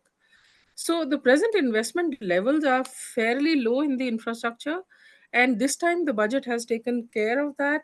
It is a huge fillip in the budget that we have about 100,000 crores, which is for infrastructure, and that is nearly 52% more than last year's revised estimates. And this is critical. The Urban Challenge Fund is a critical input. Again, my question is that the Urban Challenge Fund is definitely, it is there for you to take. But the fact is, do the municipalities have the wherewithal to avail of it? And why do I doubt this is because even the big or the small municipalities today, the flagship schemes of the government under urbanization since 2014 especially is smart cities, SBM, Amrut, MRTS, PMAU, Hriday, etc., etc. What is the absorption level? The absorption level in the municipality, Amrut is only 80% and smart cities is 70%. I won't talk about the others because these are the two major concern areas. That if this is the state of the city's ability to absorb, then are we throwing good money after bad? So, where is the funding going to come from? Is it going to come from the cities?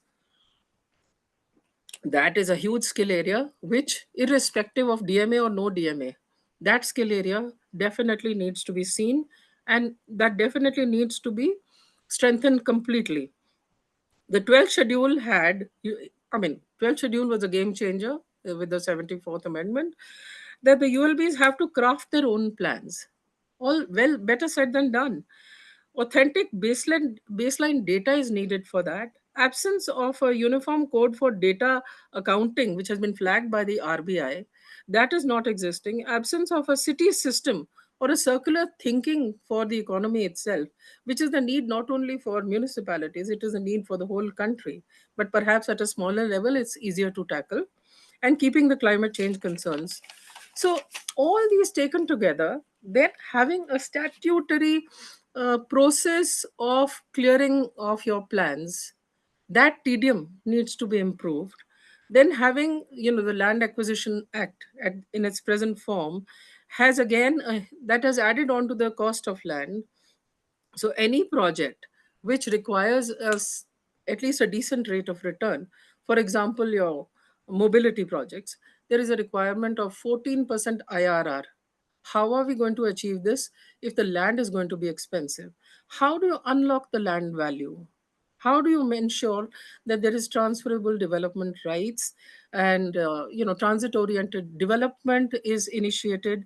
New forms of financing have to come in, because by itself, the center is municipalities revenues are hardly 1% of the GDP, and financial autonomy is extremely low. The center gives to the MC 0.5% direct financing, and whereas this is against Brazil, which gives 8%, South Africa gives 6.9%, and wherever there's a gap, South Africa has something called an equalization bridging fund, because they're serious about decentralization. Similarly, Brazil has, despite the 8% that is there, 65% of the MC revenues come from the central fund transfers. Now, this keeps decentralization afloat. Again, the 12th schedule requires that it provides that out of the 18 functions which have been given, 12 functions have corresponding financing. But where does all this revenue get distributed? Basic services take up 50% of the revenues, and transportation takes up the balance. Property tax is the most important internal tax. But what is the yield? 0.15% of the MC revenues on an average. The 36 largest MCs, they yielded only 37% as property tax as a percentage of their revenue. Pre GST, MC revenues of 53% of the total revenues. Post GST, the situation is that revenue generation is less, from 0.33% of GDP in 2012 to 0.23% in 2017. 160 cities have been recorded as investment grade in India, but only 20 cities are credit worthy. Where will PPPs go? Will they have the confidence and the trust to be able to invest in these? So, in 3 years, to bolster PPPs in global capacity centers, we hope that we will be ensuring that there are the projects in the municipalities are attractive enough to attract investment of that level, that private sector has a definite participative role, and that is absolutely critical. Now, coming to urban transport, let me finish on this. That the kind of funding, unlocking land value, apart from that, the kind of funding that we can consider is developer fees, value capture, land asset management, so that financial autonomy improves. But at the same time, when we look at those projects which are capturing a lot of the financing that the municipalities have, despite Gati, your Metro Policy 2017 requires that plans have to, multimodal transport plans have to be generated by the municipality. City mobility plan is essential, and UMTA is essential. My own experience says UMTA is not even understood. It is not understood by the municipality. It is not understood by the state government. And in Himachal Pradesh, I have tried my level best to have an UMTA, but it doesn't seem to find any kind of traction with the government. Now, at the same time, I think, just a minute before this goes, my laptop battery is going. Just give me 1 second. Just give me 1 second. I'll just.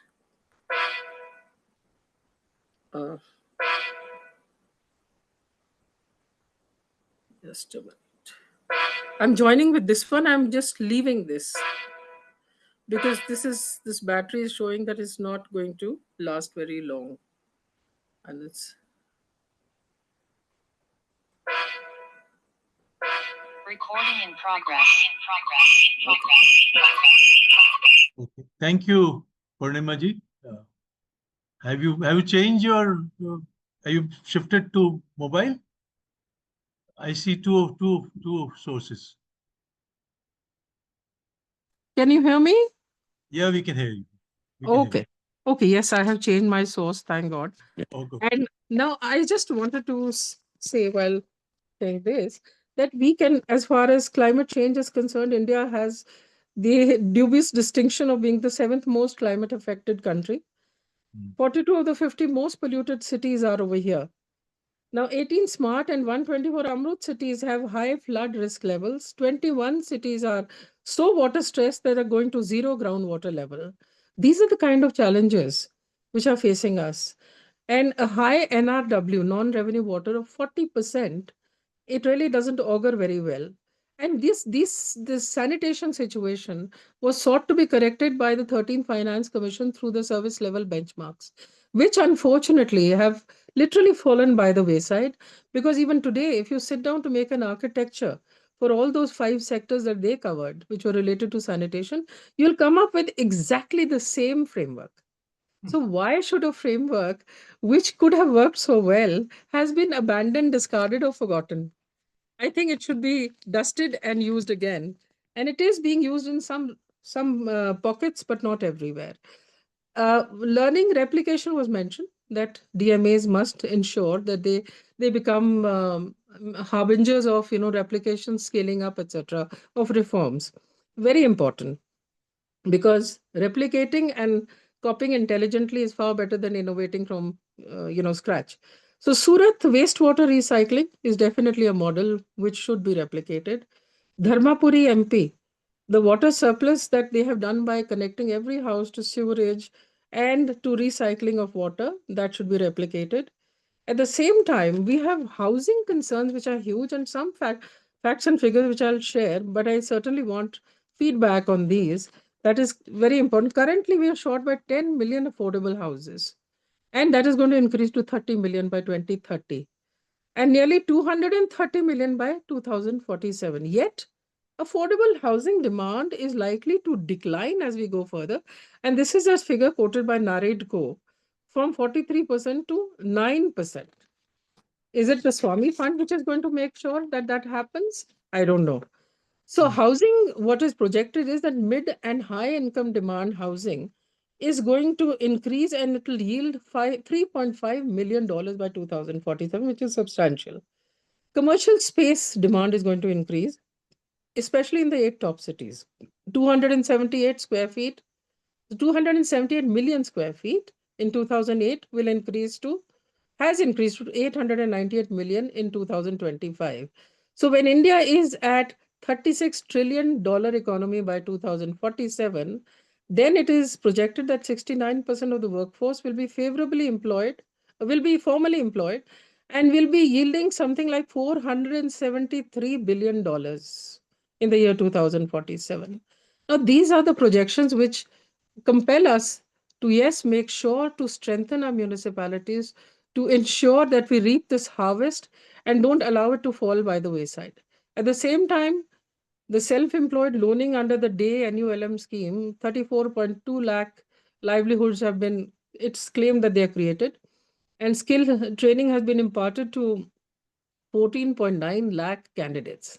But at the same time, in order to have more streamlined functioning convergence, etc., it is important that municipalities per se, they look at corridors. Governments also look at it, that the industrial corridors are synchronized with the urbanization and the metro corridors. And that is logical. Synergy will be reaped definitely, and de-urbanize the manufacturing centers to sync with affordable housing and industrial corridors.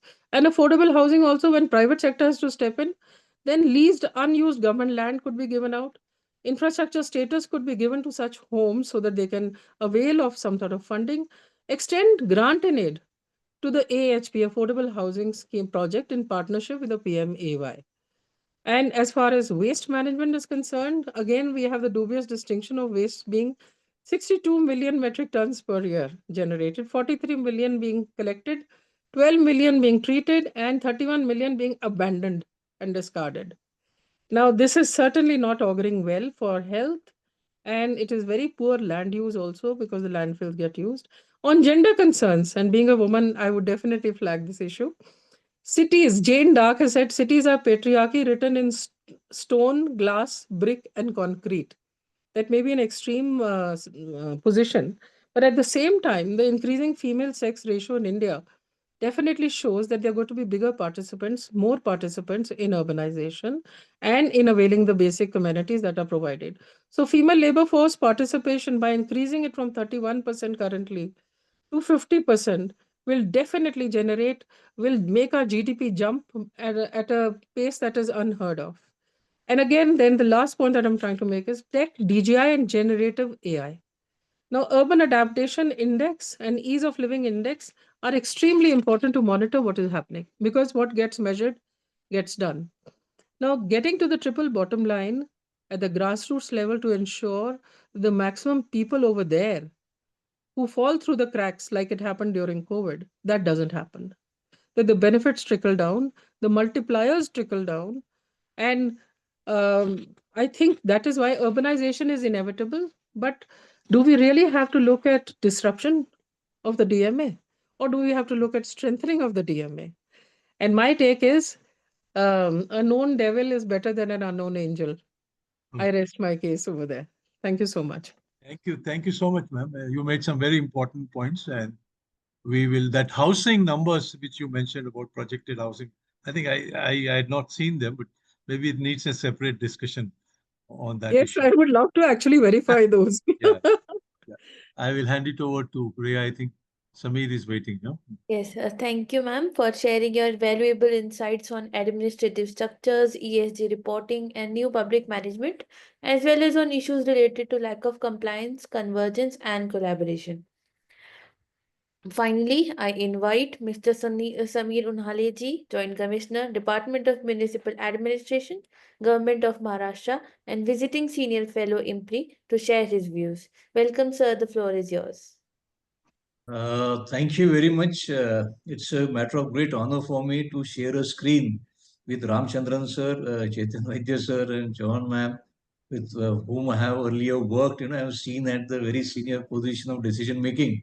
And in fact, I have attended many meetings of Ramchandran sir and Vaidya sir also that time. So it's a matter of great honor. And also, I would like to thank from the sort of the municipal administration community, so to say, for to IMPRI and to NIUA and to all Ramchandran sir, Vaidya sir, Chauhan ma'am, for sparing their thoughts and their attentions on this topic, which in that sense is may not be very glamorous in that way. What is a typical, clerical functioning or whatever you might call it, seeking information, giving approvals, whatever. But the municipal era, so to say, in whatever I recollect reading, started at all India level on 1st January 1850. There was an act called as Act number 24 of 1850, and that's what I recollect reading. And it was an all India act which empowered the then governors and the then chief commissioners to establish municipalities, provided they get a proposal or a recommendation from the then district collector or the deputy commissioner, as was the case. So, in my way of understanding, 1st Jan 1850, so that's almost 175 years. In that way, we have seen the municipal structure, municipalities in India, and municipal governance remains the paramount, if I may use that word, paradigm of governing urban areas and guiding the process of urbanization. So in that sense, the establishment of municipalities is, as we know, currently we have around 4,500 municipalities, and maybe after the next census figures come, probably we might double that. We have also seen numbers that the absolute population staying in municipalities currently seems to be around 48, 49 or around 50 crores. And next 40 years, when we are considering Viksit Bharat for 2047, 25 years, 20, almost 20 years now, and extend that to further 20 years. So next 40 years, we should be saying substantial population staying in the urban area, which within our constitutional frameworks will be the municipalities in one way or another. Therefore, this in that way becomes a very important way, the way whatever India would be experienced by its people for next 40 years. It is essentially how the municipalities would be delivering. So that was the first submission to this gathering. Secondly, I feel we are again in the era of multi-level governance, as it is called, which earlier was cooperative federalism. we can probably suggest a collaborative federalism as another concept to think on. Because I think the era of missions, of course, Ramchandran sir being here, and he was leading the missions in his time in Maua. The era of missions, in that sense, started in my understanding of 2005, sorry, and when the JNRM was launched, and in my view, it was a substantial change. The way the union government used to connect with municipalities, because there might be a couple of funding with the finance commission, if at all, small schemes, but the emphasis, the focus, the thrust, the financial resources which were made available within the JNRM were unprecedented then.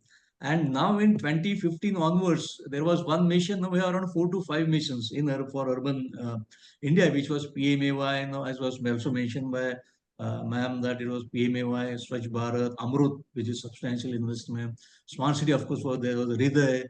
And of course, the Finance Commission allocation, which comes to the cities, is also huge. So what we have seen in the last 20 years, that the functioning of municipalities in that sense has become more important and will continue to be more. So when you are thinking from the perspective of multi-level governance, or as we might call now as collaborative federalism, will be the role that the state at provincial or a state level will be very important of coordination and guiding the municipalities. So of course, I mean, there is a very strong intellectual tradition of everything being decentralized and trust on government on what it is, and therefore everything would be at the city level. That of course is a valid point of view which anyone can have. But if you are thinking practically, then obviously in this era of, as I say, collaborative federalism, we require an organizational structure at the state level, which will be connecting union and the cities, and also the multiple departments that exist within the union as well as the state government, the various public sectors which are there. So obviously a collaborative role at the state level is inevitable, and therefore that role has to be played by some organization, whatever you may choose to call. Because I mean, without taking name of the countries, the entire spectrum of political ideologies which currently are seen in various nation states, we find that at every end of this, every stage of the every end of the spectrum, for that matter, a role at the state level for the urban and housing exist in all possible levels. The political ideologies with all the member states of United Nations might be following. So therefore, a coordinating institution for that coordinating role is inevitable, irrespective of what one we would like to call. You may call it as a Director of Municipal Administration, you may call it as anything else, but the inevitability is that we require an institution that will coordinate various things at the state level. So that, I believe, is an inevitability, irrespective of what you would choose to call it. Further, I would like to submit that in administration, in public ad, as used to call it then, the administrative development was also seen as structural differentiation and functional specialization among institutions. So that, I believe, is a phenomena that we are also witnessing in a way, that we are having multiple types of organizations which are trying to focus on a particular activity, and then so that it is made better. And therefore, this current status that we have multiple types of institutions working within the urban spaces, they of course will be the municipality, there would also be a smart city, there are public sector, there are municipal public purse undertakings. In some cases, some electricity is distributed by the municipal government. You have the private sector, which in that sense is dealing with the entire data economy, which is something is coming up at 2047. We know it's going to be very big. And the entire data economy framework in that way is with the private initiative. So the existence of multiple types of institutions should not be seen as a threat to a municipal setup. On the what we are talking of, collaborative federalism at a vertical level. Similarly, the collaborative actions will be essential at the urban level. That various departments, various institutions, various organizations are communicating the facts to each other, are sharing the plan of actions and budgetary allocations and maybe the projects which they are doing more freely, so that you can avoid duplication, you can do away with the gaps, cover the gaps, you can plan and synchronize your activities properly so that the lot of the frictions, which sometimes friction is not conflict, but I think friction is the non-synchronous deployment of resources and projects and manpower, that will be substantially reduced. So therefore, at these three stages, what we are seeing is that the multiple institution is also inevitability. That's a way of, as we studied in sociology, like, there are going to be structural differences, functional as a part of process of evolution. So the efficiency demands which are increasing will in a way lead to having organizations which will be focusing on narrower focus on narrower activities, and also deploying multiple resources to ensure the data communication flow and the coherence and the synchronity of time and deployment. That I think is also a major phase which is going to happen in next maybe 2 or 3 decades that we are considering. So of course, the Directorate of Municipal Administration, which is often called the state of my state, where I have opportunity to work, it wasn't existing when the British Acts were in place. So, in case of Maharashtra, we had after the reorganization of the state in 1960, we had 3 different legislative frameworks which existed in the erstwhile central province, the Hyderabad state, and of course the Bombay province, as it was called then. So these 3 acts were, a committee was established, and therefore a new act was made for all these 3 historical areas. And in that act, this Directorate of Municipal Administration was created, which didn't exist earlier in the British Act. So it was basically, of course, as we know, district collector has always been an important functionary who has managed all the district, which also includes municipalities in his jurisdiction. So this change of having a separate directorate was also a part of distinction between the political authority and the political inevitability of the municipal elections, and that way. Therefore, if any and everything goes to the government, obviously, which is the honorable minister who functions as the government in our current sense, and if all the decisions of the municipalities again go to the elected representative in whichever role he is, then the issue was there whether should we have a different framework which is not directly under the control of the political executive. And in my understanding, this could be a reason as to why a separate directorate was an inevitability out of the political realities of functioning. So that's the reason why you ought to have a DM. You might call anything else. I mean, the name can be anything. It can be a board, it can be directed, whatever you want to call it. But that the existence of such an institution at state level is inevitably something which actually I'm trying to share with the honorable members here and the. So within this framework, now of course the very good part is what is going to happen from next 20 years or 22 years or 50 years. So the role of the municipal bodies, of course, I would like to, actually, I think we need, of course, Kundu ma'am was here, so maybe NIUA could help of having, some way of how exactly the DMA functions in all the 28 states and 7-8 union territories. I think is a gap actually into the very broader discussions that normally are there. I tried to search the DMA on the slide share and other things, can I get, of course, there are some articles in the journal, IJPA, the Journal of Public Administration, has certain articles on the function of DMA. But otherwise, it's a bit unexplored area, and as to share the state, I mean, the urban system of Maharashtra, sometimes I like to do a list of 426 municipalities and population of 6.5 crores and probably 2.75 lakh employees and an annual financial allocation of 1.3 lakh crores. That is a municipal system that we are talking of. That is the significance. Obviously, state level will be required, is inevitable.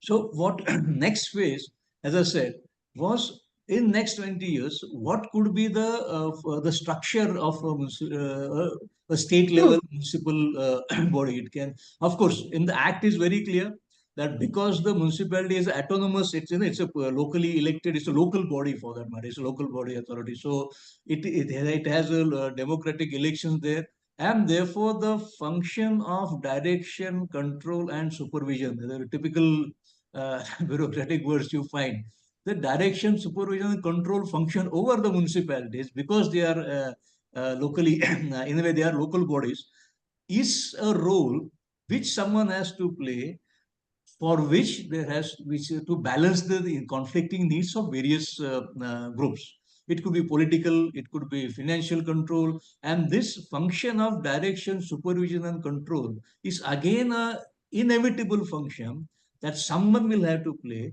Earlier, earlier, most of the I don't know, I haven't studied all the 28 states and how the structure of directorates is there, but so what little I have learned that a very good model exists, which of course Vaidya sir had also told us that there is an independent regional structure which exists. I mean, maybe talking very purely with the public administration part, that this independent structure which exists with independent, I mean, in a government, it is not linked with any other department like many states have. In Maharashtra, the revenue district collector and the revenue divisional commissioner is in fact de facto controlling the entire municipal administrative system. And probably that, of course, existed for almost what, 150, 175 years. Some other, so Gujarat model I had tried to read through, which has created this structure. I believe is a because the institution of district collector is so busy that he has to do any and everything under the sun in his jurisdiction. So obviously, a specialized, focused system, institutional framework probably could give, because the chain of hierarchy is very clear in government. Unless you sign the casual leave and sign the CR, no one is boss of nobody. It's a very simple system. So unless you only have to ask the permission for CL and you leave, and if you're signing the CR, only then you are the boss. Otherwise you aren't. So basically.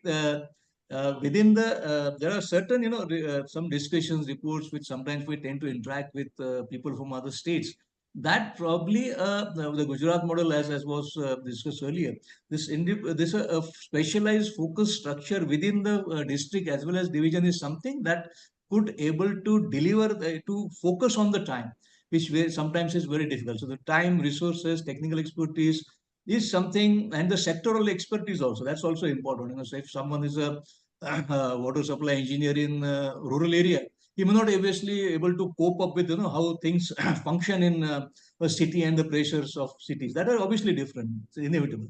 So this part of having a separate, or I won't use the word separate, but a focus specialized, even the field arms of that directorate is something, or whatever might you choose to call it, is something which will ensure better statutory responsibilities, in which any case the department has, whether the legislature frames the statute and some responsibility has been given to the government, and obviously it has to fulfill it.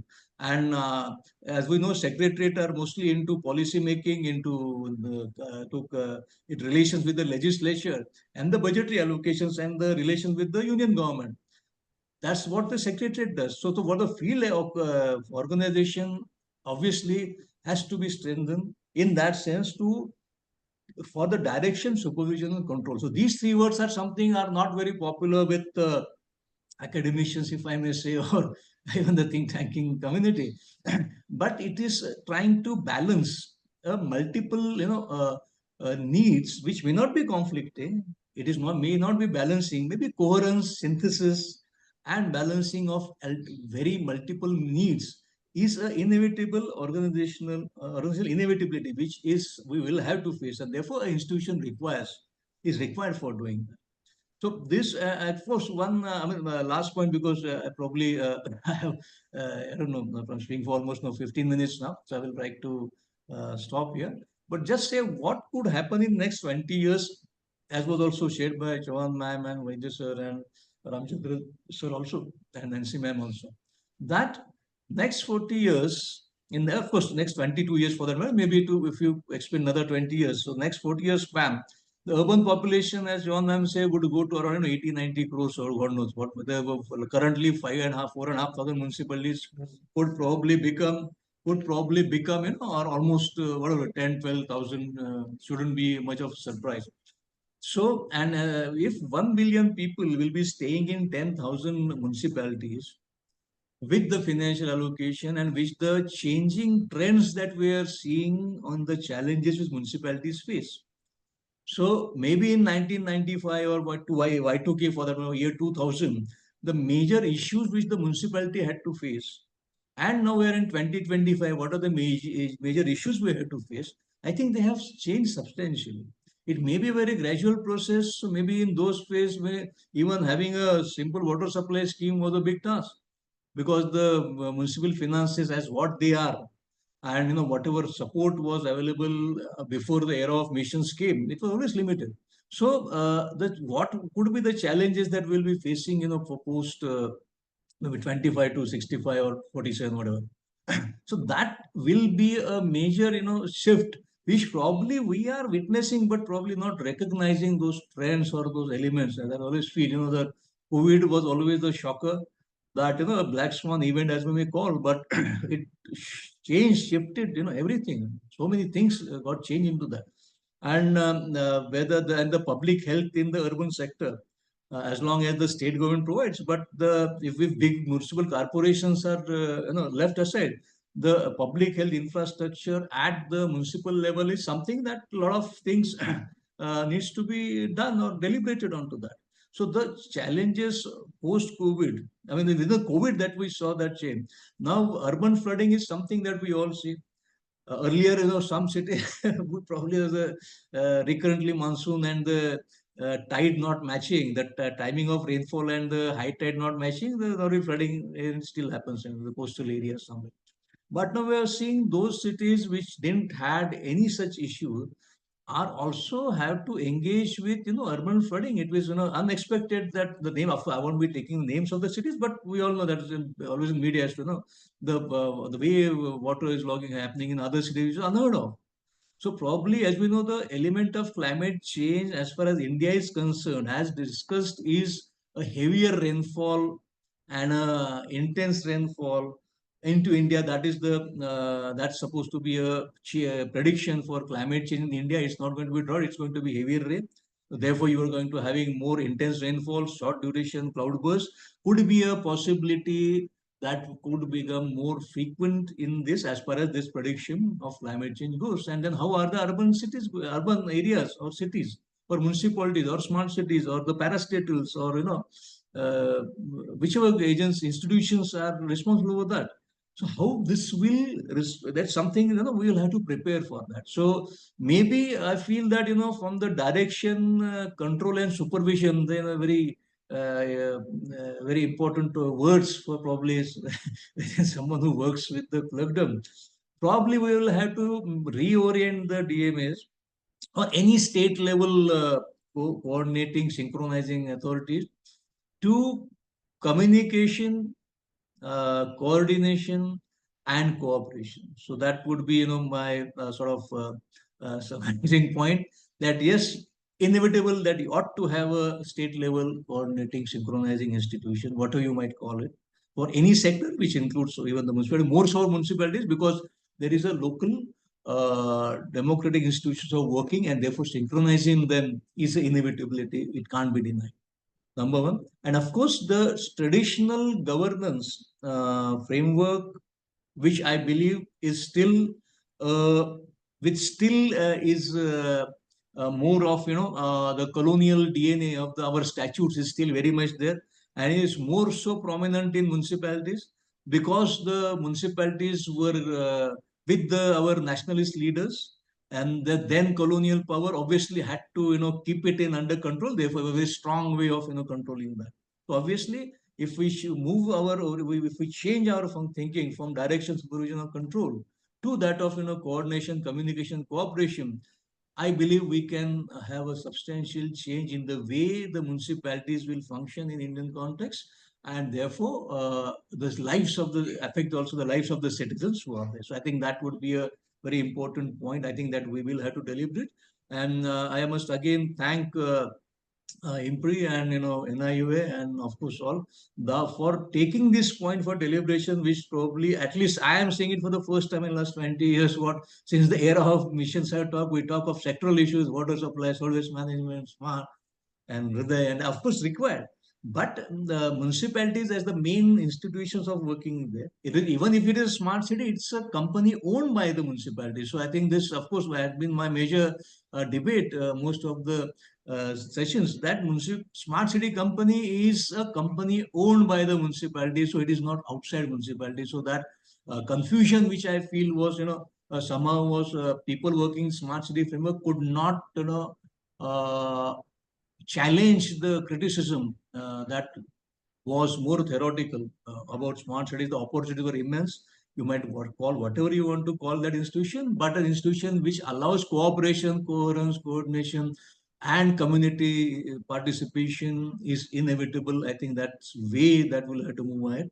So I hope I have not exceeded my time limit, sir. Thank you very much for giving us a patient hearing. Uh, this is what normally we do for bread and butter, but ability to share that and the opportunity to share the thoughts probably could be more helpful to academicians and researchers who are interested in working this thing, and therefore thanks a lot for everybody. So thank you very much. Thank you. Thank you, Samir. You bring in, Samirji, you bring in a unique combination of academics and practical knowledge, and it's a pleasure to listen to you, this unique combination. So thank you so much for those inputs.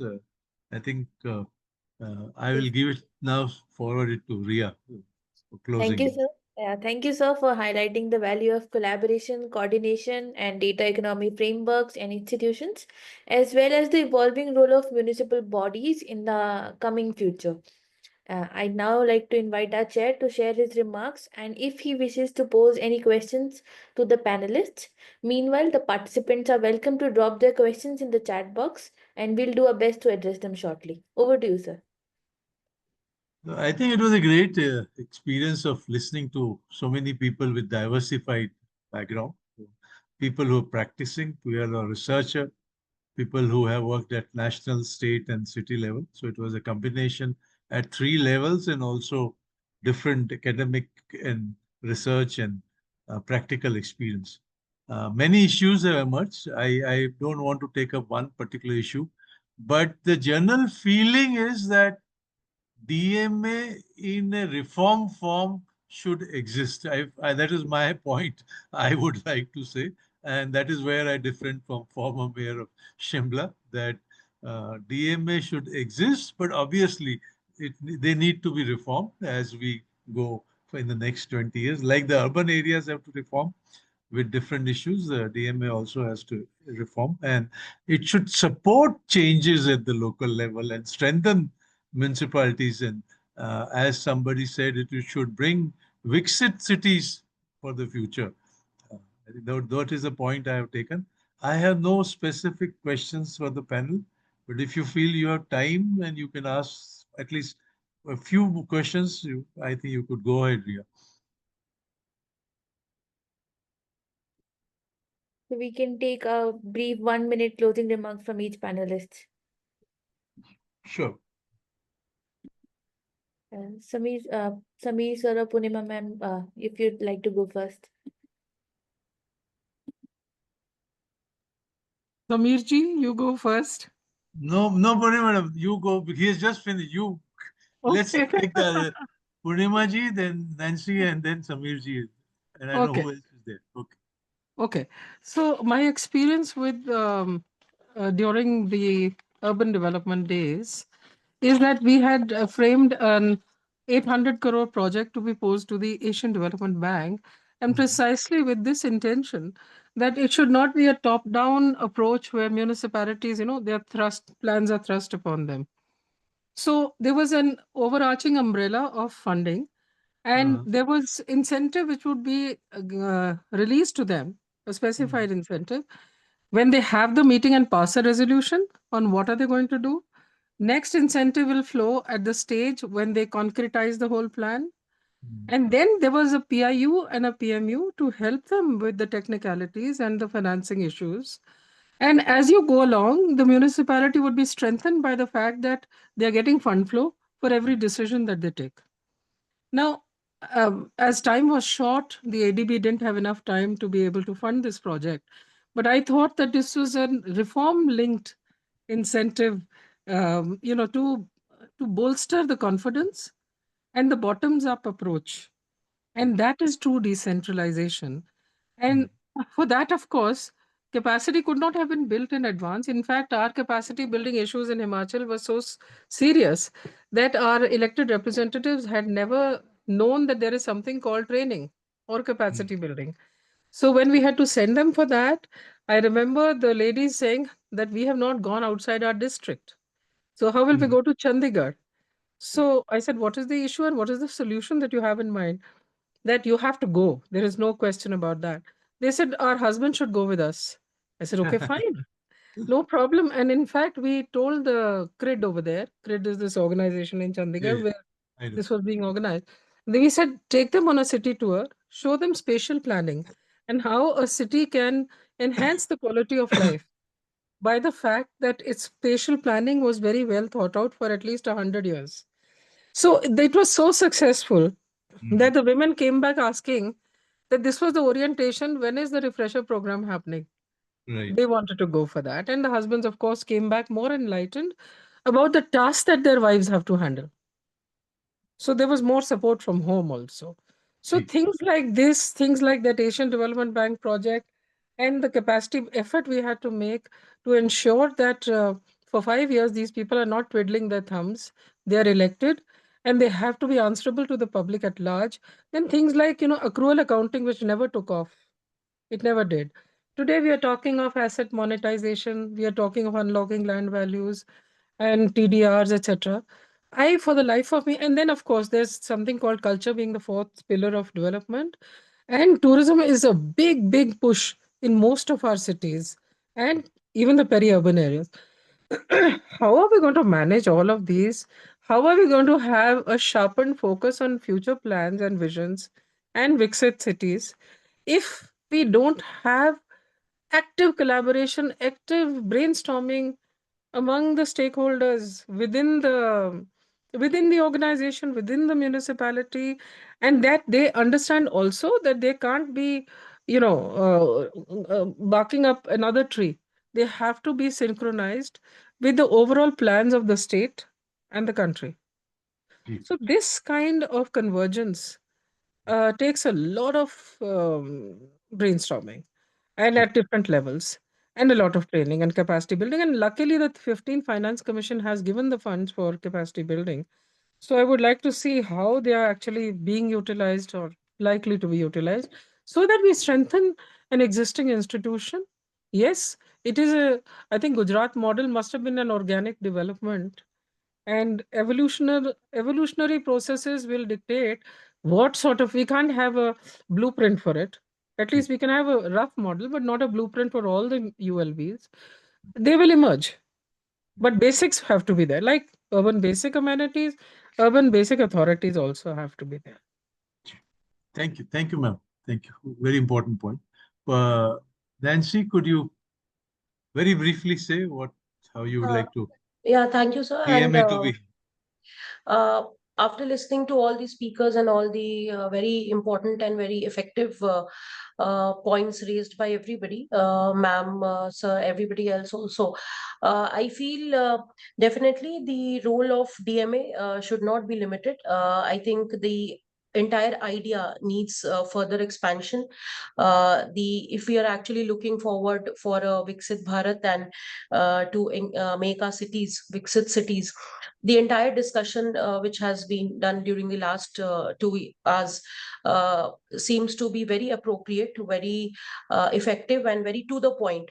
And I feel as a DMA or as a representing the executing body, I think all these points, especially the points raised in context to capacity building, in context to brainstorming, which ma'am talked about right now, these need to be very effectively converged, and they need to be effectively implemented and communicated to the lowest down order also. In fact, the points which we are talking of need to be properly communicated, properly made understood to the people at the ground level who are working and who need to implement these ideas and these concepts very effectively at the field.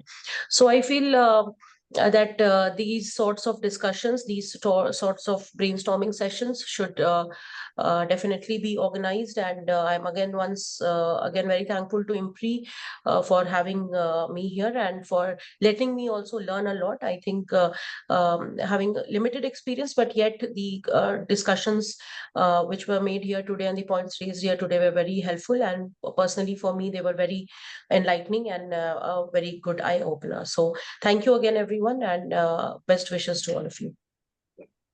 Sameerji,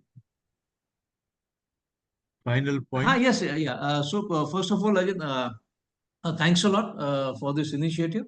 And the growth, as I was rightly pointed out, change is inevitable, and therefore the newer rules, rule accretion or rule deletion, that's bound to happen even in this organization.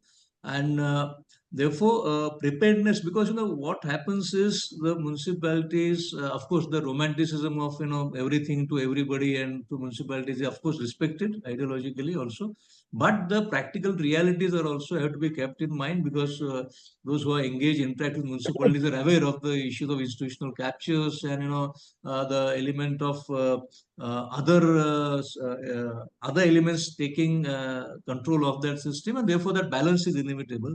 But however, as was said by everybody here, that newer challenge, we have to prepare DMA also for, or whatever name you would like to call the institution with, for the newer roles, which newer challenges which are emerging. A and B, I always feel, like the Jana Vishwas thing when it was ease of doing business. So probably we also need a ease of doing business also with the for the municipalities to function.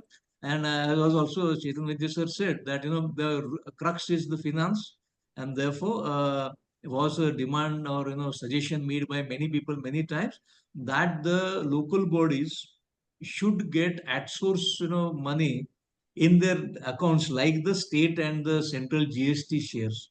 So the channel of the fund going to a particular government, then there is a then that budget making, and then that creates a tremendous cash flow challenge. And as was said, we cannot have Viksit Bharat without Viksit Nagar or Viksit Gram, is the inevitability that will have to be faced. And therefore, as I said, across the political spectrum of all the member state of within the United Nations, the cities, the great cities which have made great countries. So you take the entire spectrum. That's what that's as much as probably I should speak here. But the entire spectrum, political spectrum, ideological spectrum of the member states in the UN, you will find it is the cities which have grown strong, have made the country stronger. So obviously that cyclical relation will be there. And as I said, for the direction, supervision, control, the key words which still exist in most of the statutes probably require a colonial deconstruction also, and could move, of course, with the checks and balances or trust, whatever, of communication and coordination and cooperation role could be taken over by the GMAs around. I think, of course, capacity building is very important, because we've always tried to. I feel, sometimes it's my prejudice, but I feel the due is not given to the municipal staff of what they are doing. That is some humongous work, that the municipal staff do. But somehow, if I may be forgiven, but treated with not great respect anyway. Even within the government, within outside the government, the work which the municipal staff is unbelievable. The amount of commitment they put in, the hard work they have to do. And if I may be forgiven for using the humiliation and condemnation these people have to face across various sectors, what they perform is a miracle. And therefore, capacity building is not a top up or holier than thou or a charity that somebody is doing. It is the professional respect that the municipal cadres should also receive, and therefore, we had attempt was made to professionalizing municipal services with the recruitment rules, and statewide cadres have been done in various states, of course, and probably could be extended everywhere. So yes, the DMAs should also adapt themselves to take on the challenges of the next 40 years that we'll be making for making our cities stronger, with all the financial. Yes, thanks. Thank you, Samirji. Thanks. Dr. Saab is here. Dr. Saab, Ramchandra Saab is here. Okay. Will you like to make any final comments, sir? Very brief, but final comments is your domain, I thought. I don't want to further add on, but couple of words. I like Nancy's approach. I hope she is able to bring about some change in her state. Right. She is that young thinking mind and she has understood the functioning very well. So I hope she will initiate some change in the state. I like Samir's approach because Samir is an insider who sees it. Now, Chetanji, we always have to try to balance. These are days of, people talk fashionably disruptive. Everything is disruptive. Now, sorry to say this, I live in a state where everything seems to be moving towards a disruptive scheme of things. It is the politician who should do everything. Okay. So can we have a system where only the politician exists and we do away with the system? Right. That's a fundamental question. So I don't think we can keep on advocating that or we can keep on subscribing to that theory or policy. Why do we have a civil service system? It's a continuing system. It is accountable, responsible. It's another matter. People try to dilute it. Politicians try to influence it. All that is there. But as Mr. Samir was saying, those words are very much disliked today. But it's a question of if funds are passed on to cities or the state, the funds should be properly utilized. Will the politician in power undertake that to the federal government or to the state legislature that I hereby commit to proper full utilization of these funds?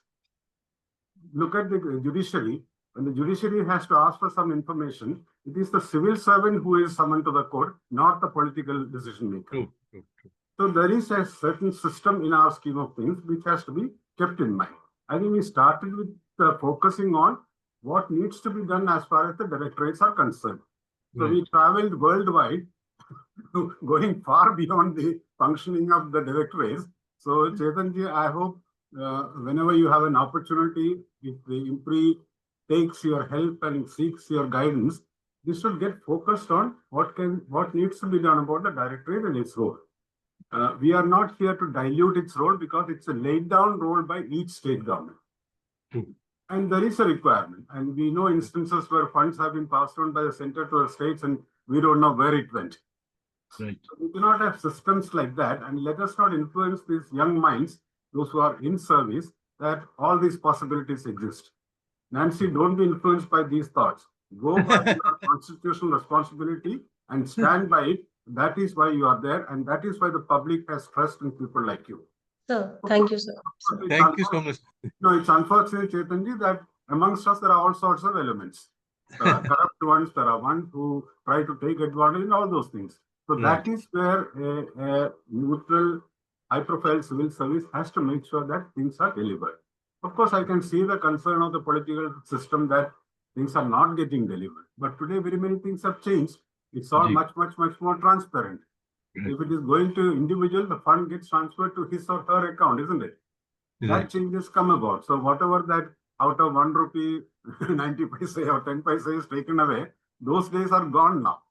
Mostly. But if there are funds made available for improvement of cities, how should it be done? Why should it be done? And how best to be done? And how to find more resources. I think if we find more resources, probably the directorates will also have a more active role.